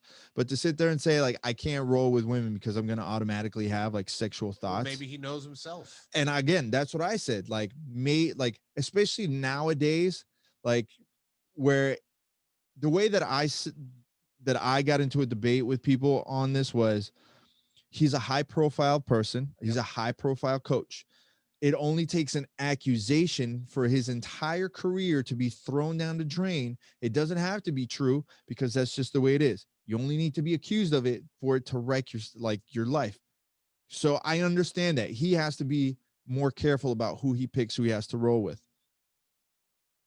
Now, to sit there and say, like, I don't want to roll with someone just because they're female, like, okay, that's a little bit of a weak-minded thing to sit there and say. But if you have the justification, whether it's religious reasons, respect because of like your wife or whatever it is, I get it. At the end of the day, that's fine. But to sit there and say, I can't roll with you because you're pretty and I might have sexual thoughts, like, yeah, but I see. I don't. Again, I don't have a problem with that because he might know himself. Is that why you don't roll with me?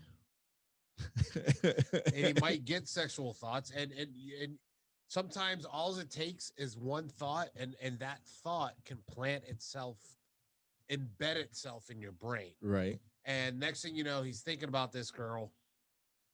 Next thing, just I'm just playing devil's advocate. Playing devil's advocate here. Right. Going down the logic hole. Right. Which and he sees the possibilities of what that can do. Look, Vice President Pence does not have dinner. Yeah, with female, like, by himself. He has to have himself. No, I get it. And look, and he's in politics. Think about how many politicians have been accused, or how many also have fucked up and actually done it. Yeah. So like, I understand it. If you, look, I know, I listen. That's what I'm saying. Like, I don't. It's not like he's saying he won't coach him.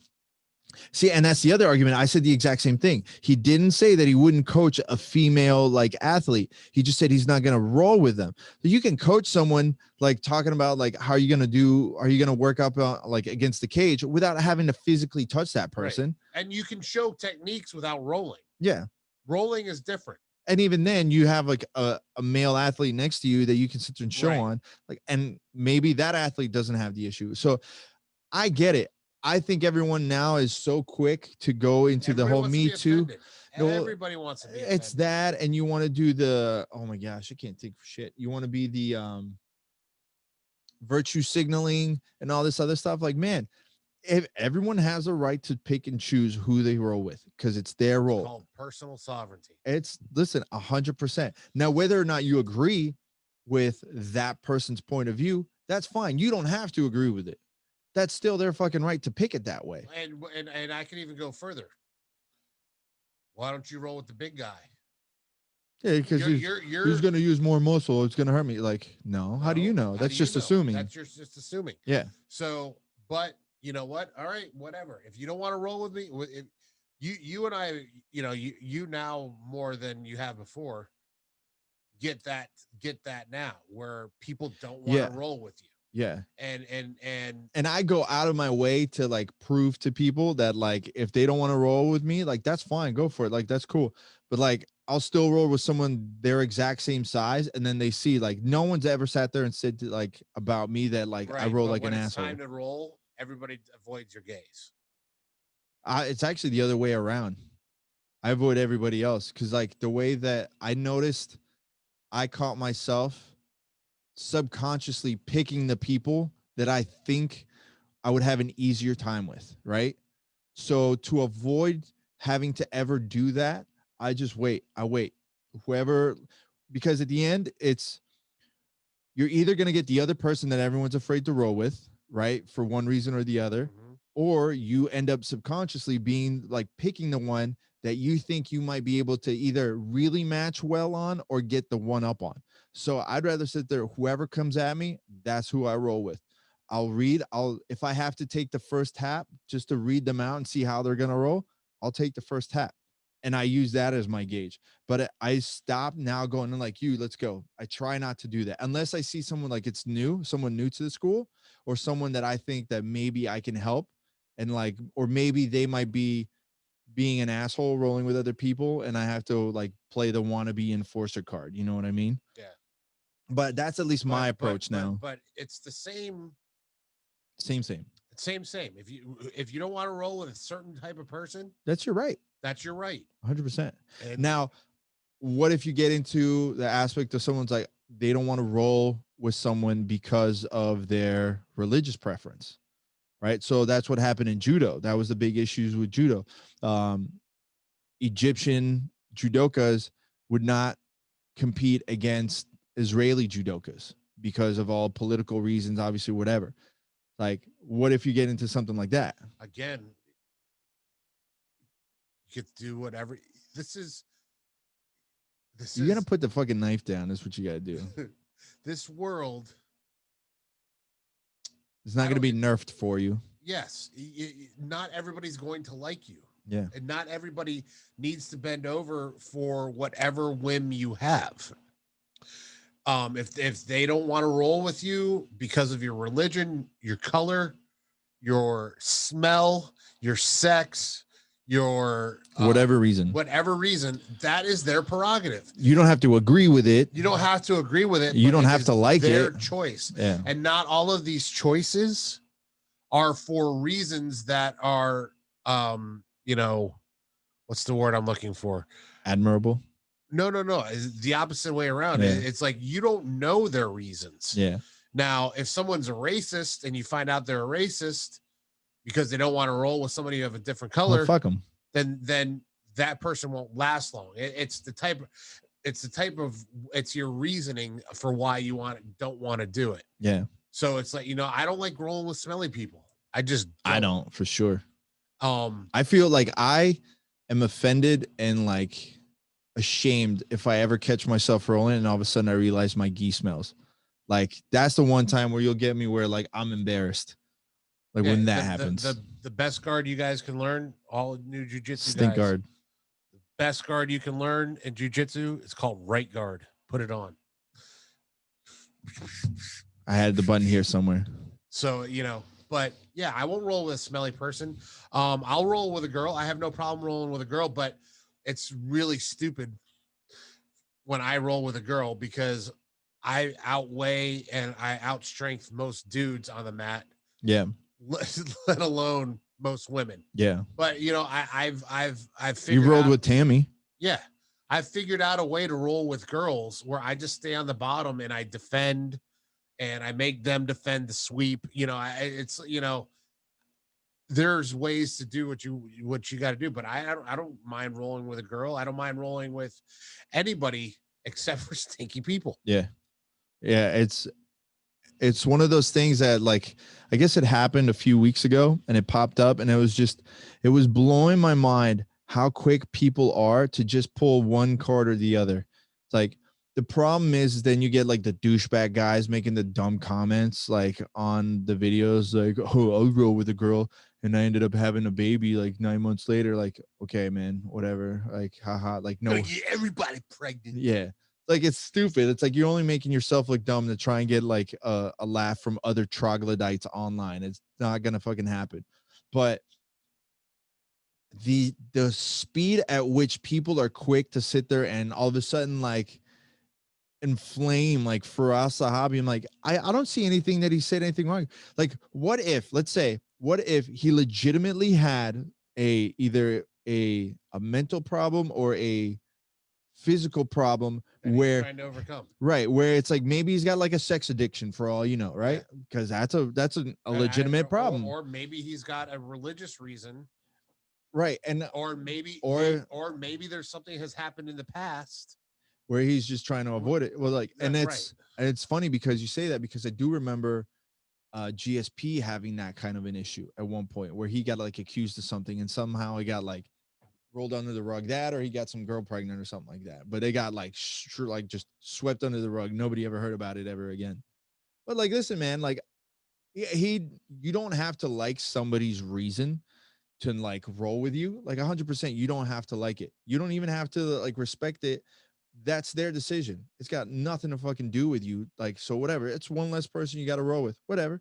Would you want to roll with that person anyway if you now you know like their frame of mind? Probably not. Like if someone said to me like said, "Oh, I don't roll with whatever Asian people." I'm not Asian. Guess what? I'm just not gonna roll with you. If you're a scumbag, I don't want anything to do with you anyway. So if anything, like you said, they're not gonna last long. They're gonna rule themselves out. Like unless you end up if it's a dick reason. Yeah, 100%. I don't want anything to do with you anyway. Then like I don't want you on my team. Yeah, you're just gonna rule yourself out on it. So like whatever, let shit play out. Now on the other hand, I will say I've seen it. We've seen it plenty of times where the new girl comes in and the black belt or a black belt or whatever higher belt comes in and starts trying to impose themselves on this like girl, trying to, whether it's showing off or they're using their role to try and get a one up like mentally on the girl. And then or guy, whatever, like we've seen it tons of times. So at the end of the day, it's one of those things that like we shouldn't have to worry about that. Obviously, women have to worry about it way more than men do. But it's like, if you see something like that at the gym, just fucking say it. Call somebody out. Like, hey, loser, leave her alone. You can't just have every like female that comes in here. Like, she's here to train, not to talk to you. Right. Like, but you see it at a lot of jiu-jitsu schools. A lot of instructors use their student base as their dating pool. Yeah, I've seen that so many times. It's so fucking gross. Yeah, it's so gross. And then like you wonder, it's like, man, how come there's not that like many like whether like females in here or females that stay here a while? Like shit, man. Like that's pretty like fucking crazy. Like why would you sit there and do that? Like whatever. But yeah, that was something that popped up. It's just kind of really blowing my mind to see that even in jiu-jitsu, people try to do that, but for the most part, it checks itself. That's one of the few things that checks itself. But yeah, as far as I'm concerned, Firas Zahabi did nothing wrong. I said nothing wrong. I got no problem with it. He cannot. I understand it completely, especially as a married man, especially as a business owner, especially as a high-profile MMA coach. For sure, he's got too much to lose. You know, and little to gain. Right, he's got too much to lose, and what happens if he gets an accidental boner? You know, it's been known to happen. I can easily say that has never happened to me. I felt you a couple weeks ago. You were hard as a rock. That's just me natural, baby. I appreciate you pointing that out. Why would you even set yourself up like that? Actually, you know what? I got pissed the other day because we were drilling. I forget who I was drilling with. I think it was like a white belt. And I was showing them like a knee cut pass from like De La Hiva, and they just kept on just grinding my nuts with the knee. I'm like, dude, stop, relax. And he just kept doing it and kept doing it. I was like, you get one more. If you fucking knee me in the nuts one more time, like we're gonna have at it. But I have unfortunately learned the kung fu art of being able to continue rolling after getting hit in the nuts from training with you. Because remember when we first started training when I was a white belt, like we were just hitting each other in the nuts. Dude, like I've got more I think I hold the record for nut shots. Like giving them or taking them? Taking them. For sure, because you got shorter legs. I have taken so many nut shots. Yeah. And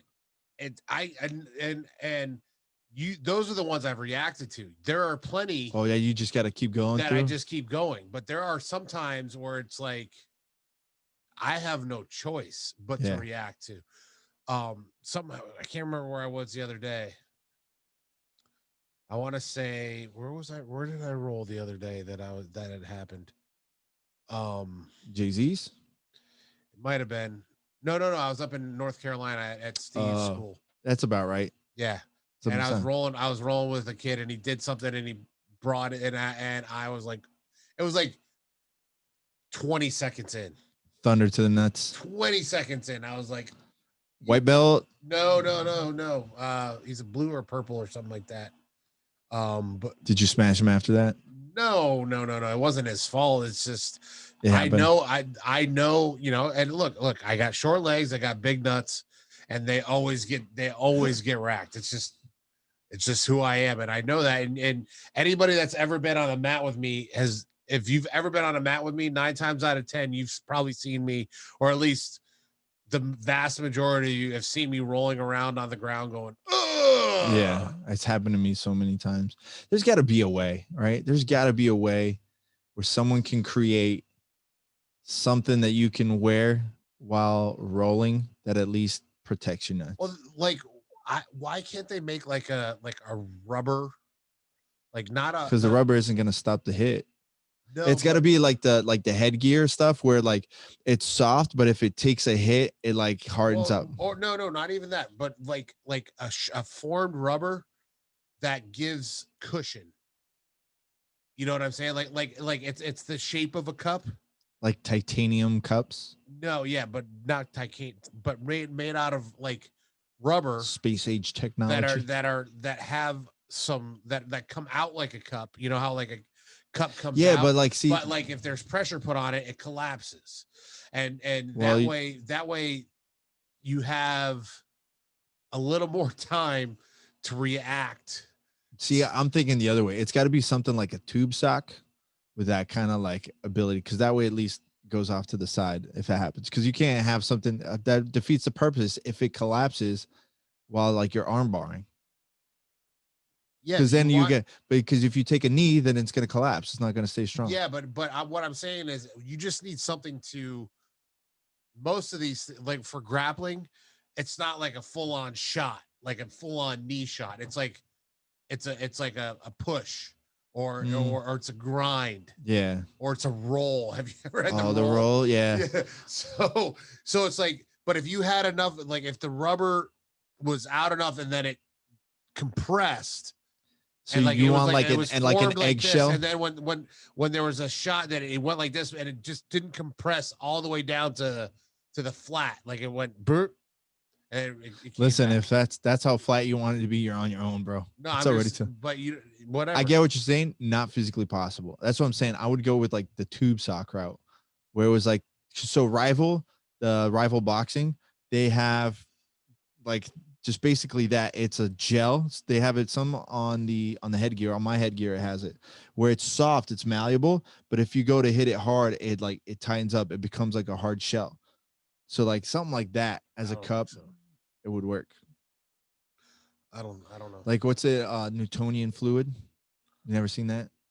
It's like when you have water and cornstarch, but you see like people run across the pool, make a cup out of that. Done. Because that's what happens. Like you can put your hand through it, but if you go to hit it hard, it gets hard. We can make it happen. That's $1 billion idea, son. You know how many guys would end up rocking that? We can make that happen. You can be the test subject. I don't like wearing cups anyways. So what do you got planned for Christmas, buddy? We only got a couple more weeks. Nothing much. Nothing. You staying here? Or you going up north again? I'm staying here. Yeah. My mom's actually coming down. That's the plan, but I heard plans change on the day. Well, no, just because of COVID, because the CDC just put out. What happened now? They want people not to travel. Fuck them. For Christmas. But again, my mom lives on a farm. Yeah. So it's like, if one person can't like look after the cows and the chickens while they're gone, yeah, you got nothing. They can't leave. So how many cows and chickens does she have? 11 cows. She's got 11 cows. 11 cows. Are they like cool cows or are they like assholes? No, they're pretty cool. So we could donkey. Can we go like jump on the cows and ride the cows? I don't know. I don't know if you want to do that. I am not. I am 100% against. They're not bulls, animal they're cows. Right. I'm 100% against animal cruelty. in every like stretch of the imagination, but I would love to one day go cow tipping just to see it. Yeah, I have no desire. Like I've never seen it. No desire. Have you ever seen it? You used to do that. I'm sure you used to do that. No, never did it. No. I'm against anything. You ever seen cow tipping? Yes. Like in person? No, Where have you seen cow tipping? I've never seen it except on Movies? yeah. What movie? Tommy Boy. Yeah, but they didn't actually do it. Yeah, he did. I don't know if it was a real cow. Yeah, that's what I'm saying. I just remember where he like sets up in like a football stance. He like, goes, it's fullback belly on two. He gets down and oh, that movie's a fucking classic. Yeah, I think I'm just gonna hang out down here. I am It's gonna go nothing for Tom's either. I was gonna go for the New Year, but it looks like they're gonna have a visitor. Oh, So I might have to go up after. true. So go see the boys, play a little Magic. You heard the new situation up there? The new construction plans? The one that we told them to get right from the beginning. What? The fireplace or The swimming pool. Yeah. It's happening. Yeah, I know. That's funny stuff. Funny stuff. All right, ladies and gentlemen, thank you so much for joining us. Thank you, by the way, for everyone that's been joining on the live game streams. We've been having a blast. We've had people joining us from Norway.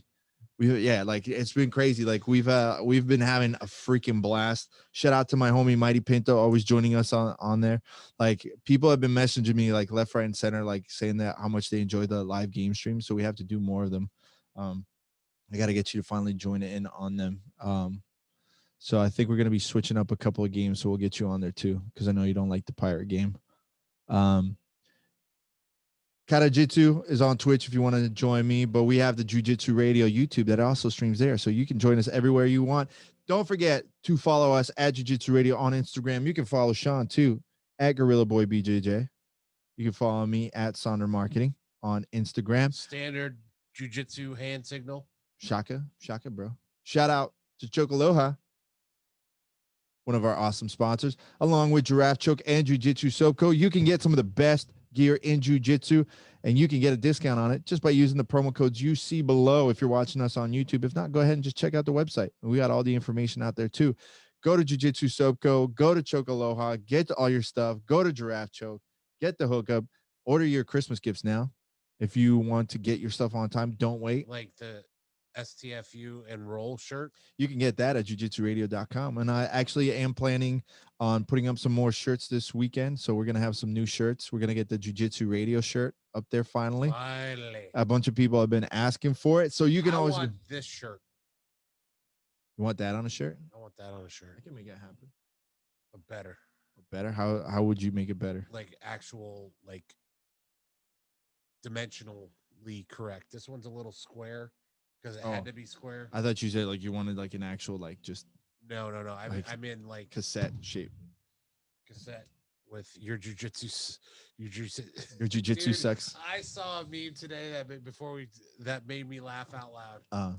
And I am going to go ahead and send it to you right now, and then we'll describe it to you guys. Which doesn't have the same impact. What? Yeah, no, it probably won't. But is it the Kool-Aid guy? Nope. It is. Welcome to Meme Radio. Meme Radio. So it was. So if you like, are you showing it to me or are you sending? I sent it to you. If you like the Avengers or you like Captain America, then you remember the scene in the elevator.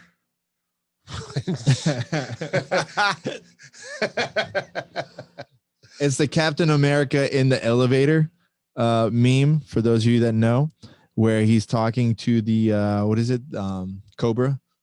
Well, no. yeah. Is it Cobra? No, some of them are Cobra and some of them aren't, and he's like, it's the shock team. Yeah, and the scene where he goes, before we get started, does anybody want to get off? Yeah. So he says, I know a guy that has a garbage guard and sounds like an owl. And the guy responds, who? Exactly. And then shit starts popping off. Where'd you get this one from? BJJ memes. Because _jitsu. That's who we did it. Yeah, I don't know, but that it Oh, was I'm on definitely BJJ sharing that one. memes. I'll post it up on our Instagram. Dude, that made me go, that's perfect. That's pretty good. I'm going to go ahead and post that up right now to our Instagram, and you can see it at Jiu-Jitsu Radio on Instagram. Thank you so much for joining us. Thank you to Lex McMahon for joining us. Go ahead and check out Titan FC. Like I said, I used to work for them. I love them. I think it's a great organization for fighters that are trying to really make it into the UFC. Take his advice. Please take his advice. He's not going to give you any bullshit advice. Please take his advice. Reach out to him if you got any questions, if you want any kind of, I guess, advice. And if you got skills, he's going to be so pissed. Like, go ahead and message, because he gets a million messages a day. People put me on a card or fight. It's like, bro, you're 0-0. He's like, yeah, but I've been fighting in the streets. Like, legitimately, he gets those. So shout out to Lex McMahon. Thank you so much to all of our sponsors. We'll catch you guys next week. Peace. Peace.